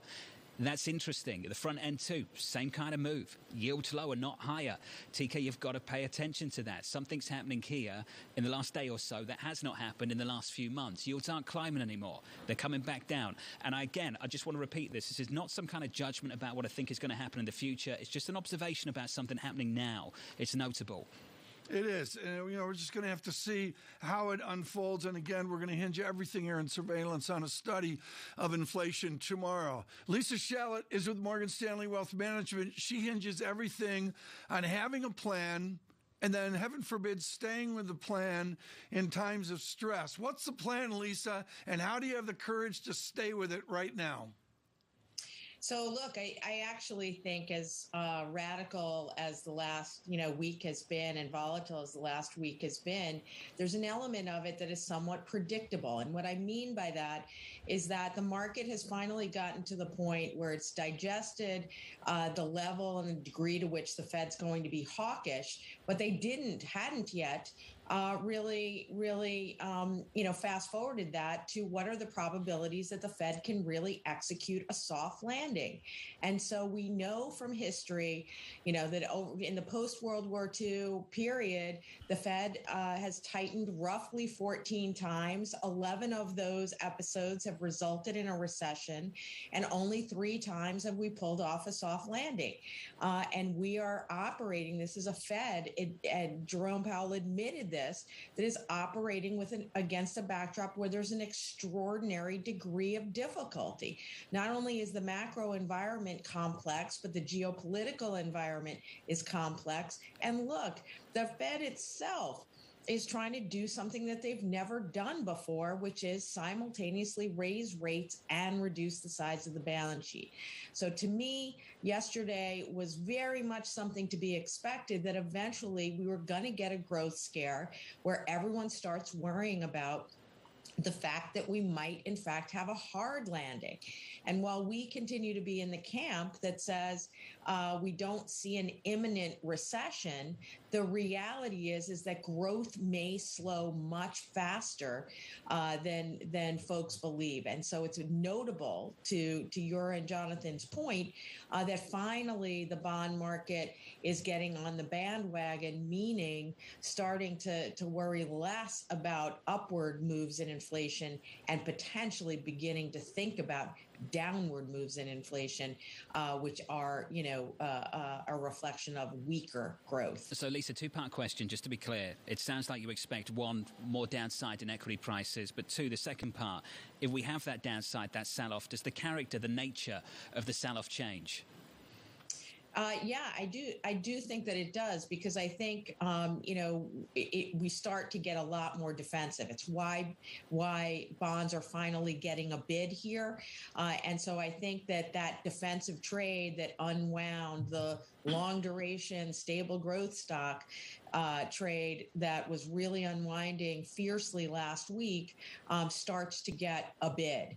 And again, it's what do I want to own if the economy is really genuinely slowing? So you're basically saying, Lisa, big tech is a bright spot for the next couple of months. So I want to be really careful because I don't know that I think big tech in all caps is, but I think long duration assets actively selected are the place to be. So we have begun to add duration. We started that about 3 or 4 weeks ago, albeit it was early, and many of our clients who began to add back into bonds have not had a great 3 or 4 weeks. But we do think that trade may begin to work, and some of the higher quality growth oriented names are certainly worth looking at today and buying, and that's what we're advising our clients to do. Lisa, there have been some people who have talked about the unwind of certain non-profitable tech companies and others as the bursting of a bubble. And I take a look at Peloton this morning. The shares were down 92% from the peak. Even before going into today, the shares getting massacred right now in pre-market trading after they reported their earnings. Is Peloton a one-off, or is this something that is endemic that has not fully been beaten out of the system? And no, I think we're starting to get there. And on the stock side of things, I think we certainly have. What's interesting is among the unprofitable tech companies, the stocks may actually have led, and the credit market probably needs to catch up and really blow some of these, triple C and junk spreads out even further. But from a stock perspective, you probably are starting to get to the point where there's enough blood and enough pain in the streets that these valuations start to look a little bit better. The key issue, however, is to recognize that companies are now and investors are now looking at, cost of capital. And that means, to what extent has cost of debt gone up and to what extent has cost of equity gone up, and both have gone up in this rising, rate environment and the policy pivot. Lisa Shallett, awesome, as always, from Morgan Stanley Wealth Management there. Lisa, thank you. Bramo, that point in the end there, equity-led, and the pain in credit is still to come. Yeah. What do you make of that? Well, this is something people have been saying, that basically credit has been much more immune than usual because of how much companies locked in debt for a very long time. They had solid balance sheets. So there is a prolonged pain here in the credit market that won't be seen until perhaps a year or 2 years from now when they actually have to refinance and tap that cost of capital that Lisa was talking about. You're not getting the same reaction function there. I think it is fascinating. Have we lost some of the indicative tools of how we sort of gain what's going to come next in the next part of the cycle? That's point one. Here's point two from that conversation. We've pointed out a few times this morning about this move lower in yields yesterday, again today. It's an observation. The guests making the judgment. David Stubbs of JP Morgan saying, buy the bond move. And Lisa Shallett turning around and saying that's a reflection of the growth difficulties still to come. That's an important change. And as you get that change, if it develops even further, the nature of the sell-off in the equity market, if there is more downside potential, that changes too. This is about your belief construct, John. They call it a setup. You have a setup is your belief of executing a trade, whether you're gloomy or optimistic doesn't matter here. But the real issue, John, is you have to have a belief system of which to invest in. That's really what's being tested here. I think we've been tested more than once. You get comfortable with an idea, and then this market punches you in the face. About an hour later, maybe not even that, yields up by 3 basis points on a 10-year, just about 3% Talk on about 10s. the market. Futures positive 0.9 of 1%. I wasn't talking about Maria, although she'd do the same thing, I'm sure. From New York, this is Bloomberg. Keeping you up to date with news from around the world with the first word, I'm Ritika Gupta. President Biden will highlight his efforts to stem inflation in a speech today. It comes at a time when soaring prices threaten Democrats' slim chances of holding on to Congress after midterm elections. The president will draw a contrast with a Republican proposal to raise taxes and let popular programs like Social Security and Medicare expire. Over in the UK, Prime Minister Boris Johnson is vowing to ramp up pressure on what he calls Vladimir Putin's cronies by driving dirty money out of the country, Johnson set an agenda that is also heavy on electoral priorities, including cutting waiting lists at pandemic-hit hospitals and boosting disadvantaged regions. Prince Charles outlined the agenda in Parliament, standing in for the 96-year-old Queen. She was said to have mobility issues. British Airways reportedly is overhauling its management in the wake of problems that have hurt its recovery from the pandemic. According to the Financial Times, BA has put new executives in charge of operations, technology and customer services. The airline says it's been forced to cancel 10% of its flight schedules between March and October because of staff shortages. A big transaction in the drug industry. Pfizer's agreed to buy Biohaven Pharmaceuticals for $11.6 billion in cash to gain an approved treatment for migraine headaches. Meanwhile, Biohaven shareholders will get 1/2 of a share of New Biohaven, a new company that will retain some compounds in development. And it is the most expensive American artwork ever to sell at auction. On Monday night, a silkscreen of Marilyn Monroe by Andy Warhol sold at Christie's in New York for $195 million. The winning bidder was art dealer Larry Gagosi, and dealers often buy on behalf of clients who would like to remain anonymous. Global news 24 hours a day on air on Bloomberg. Quick take, I'm Ritika Gupta. This is Bloomberg.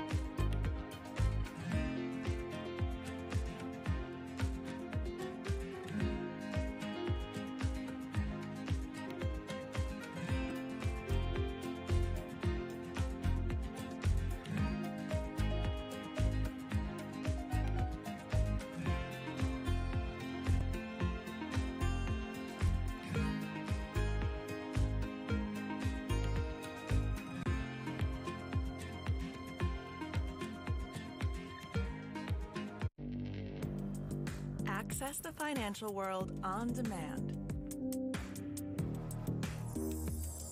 Hear from leading economists, policymakers, and industry experts via live and on-demand webinars, only from Bloomberg. Start exploring to see what's moving the markets.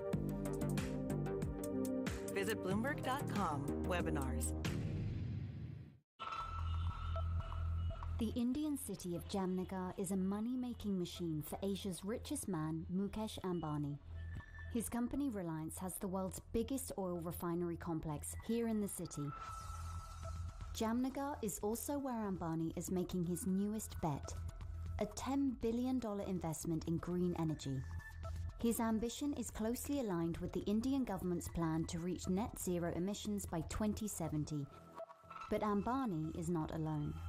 India's second richest man, Gautam Adani, has committed $20 billion of investment over the next decade. But India's massive dependencies on fossil fuels have some environmental advocates questioning the realism and sincerity of those green ambitions and those of its two biggest billionaires.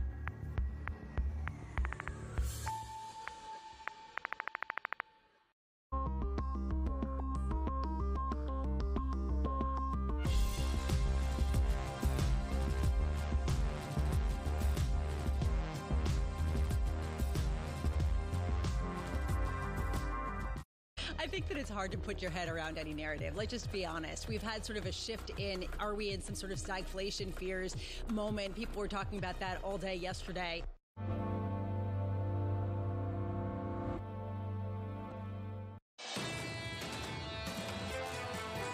The first thing that is on my mind is that inflation is too high.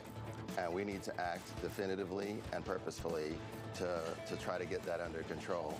And I think if you look at what we've done so far in the last two meetings, we've really started that process. That was Raphael Bostic, the Atlanta Fed president, sitting down with Bloomberg's Mike McKee. Williams behind us today. We're going to hear from Barkin, Waller, Mester, Kashkari and Bostic all over again throughout the whole of today. You're looking forward to that, I know. Equity futures up 37 on the S&P, advancing 0.9% on the Nasdaq 100, up by 1.6. There's your bounce. Julian Emanuel of Evercore writes in, good friend of this show. Hello, Julian. He says this: I'm thinking that you, Tom and Lisa, all dressed in somber navy blue, is a sign of potential stabilization. That and the 10-year yield backing off 20 basis points in the last 24 hours. Well done. Thank you, Julian. Thank you. It's a tumultuous time, to say the least, and what we're going to do, folks, is bring you the best minds we can on global Wall Street and, of course, also in the nation's capital. Right now, one of those minds is Cecilia Rouse. She is chair of the White House Council of Economic Advisors and survived EC10 at Harvard University a few years ago. Did you have the Feldstein version or the Mankiw version? I actually had, okay, I'm dating myself, Otto Eckstein. Oh, there you go. There you go. She's dating herself, and she is well preserved because she's on her Peloton. That's a side story. Dr. Rouse, Otto Eckstein would say, don't look at the headline data, parse the data. You and the president have to parse the character of the nation's inflation. What part of it is the focus of the president this morning?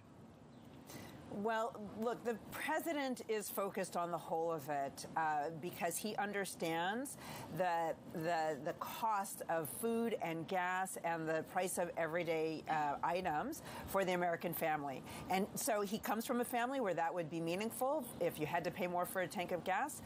And so he's focused on the all of it. Today he's going to lay out his plan for addressing price increases. Of course, as his economic advisor, I am focused on the part that is about core inflation, which is not focused on gas and food. And that tells us more about what the Federal Reserve can control as it tries to address inflation, and also the parts that are more enduring and that might be more challenging to address. So, you know, the president is focused on the whole of it because that is the reality for American families. The whole of it is politicians away from your remit have to come up with a plan.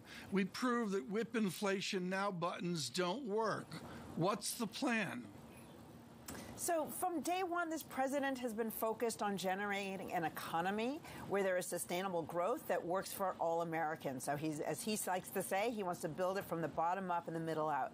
So that was what underlied the American Rescue Plan. It was important to get shots into arms and for households and businesses to have the resources to get through the pandemic. So now he's focused on inflation. So he understands that we need to address gas prices. Much of the gas price increases of late have become because of the war of Russia's war against Ukraine. The president, in trying to ease those prices, has released historic levels from our Strategic Petroleum Reserve in concert with other countries, so that on net to date, there have been about 240 million barrels released worldwide. In addition, he's urging gas and oil companies to increase their production domestically by using existing leases and increase their drilling so that we can get more oil on the market. But he also is focused on reducing long-term costs for families. That is through, for example, reducing prescription costs by allowing Medicare to negotiate prices, by addressing child care costs, by addressing the cost of housing. These are policies that we know will help increase our economic growth, ensure that it's more broadly shared, and in the process reduce the cost for families. But he wants to do so in a deficit reducing way. His budget, last year he reduced the deficit by $300 billion, on track to reduce it by $1.5 trillion this year.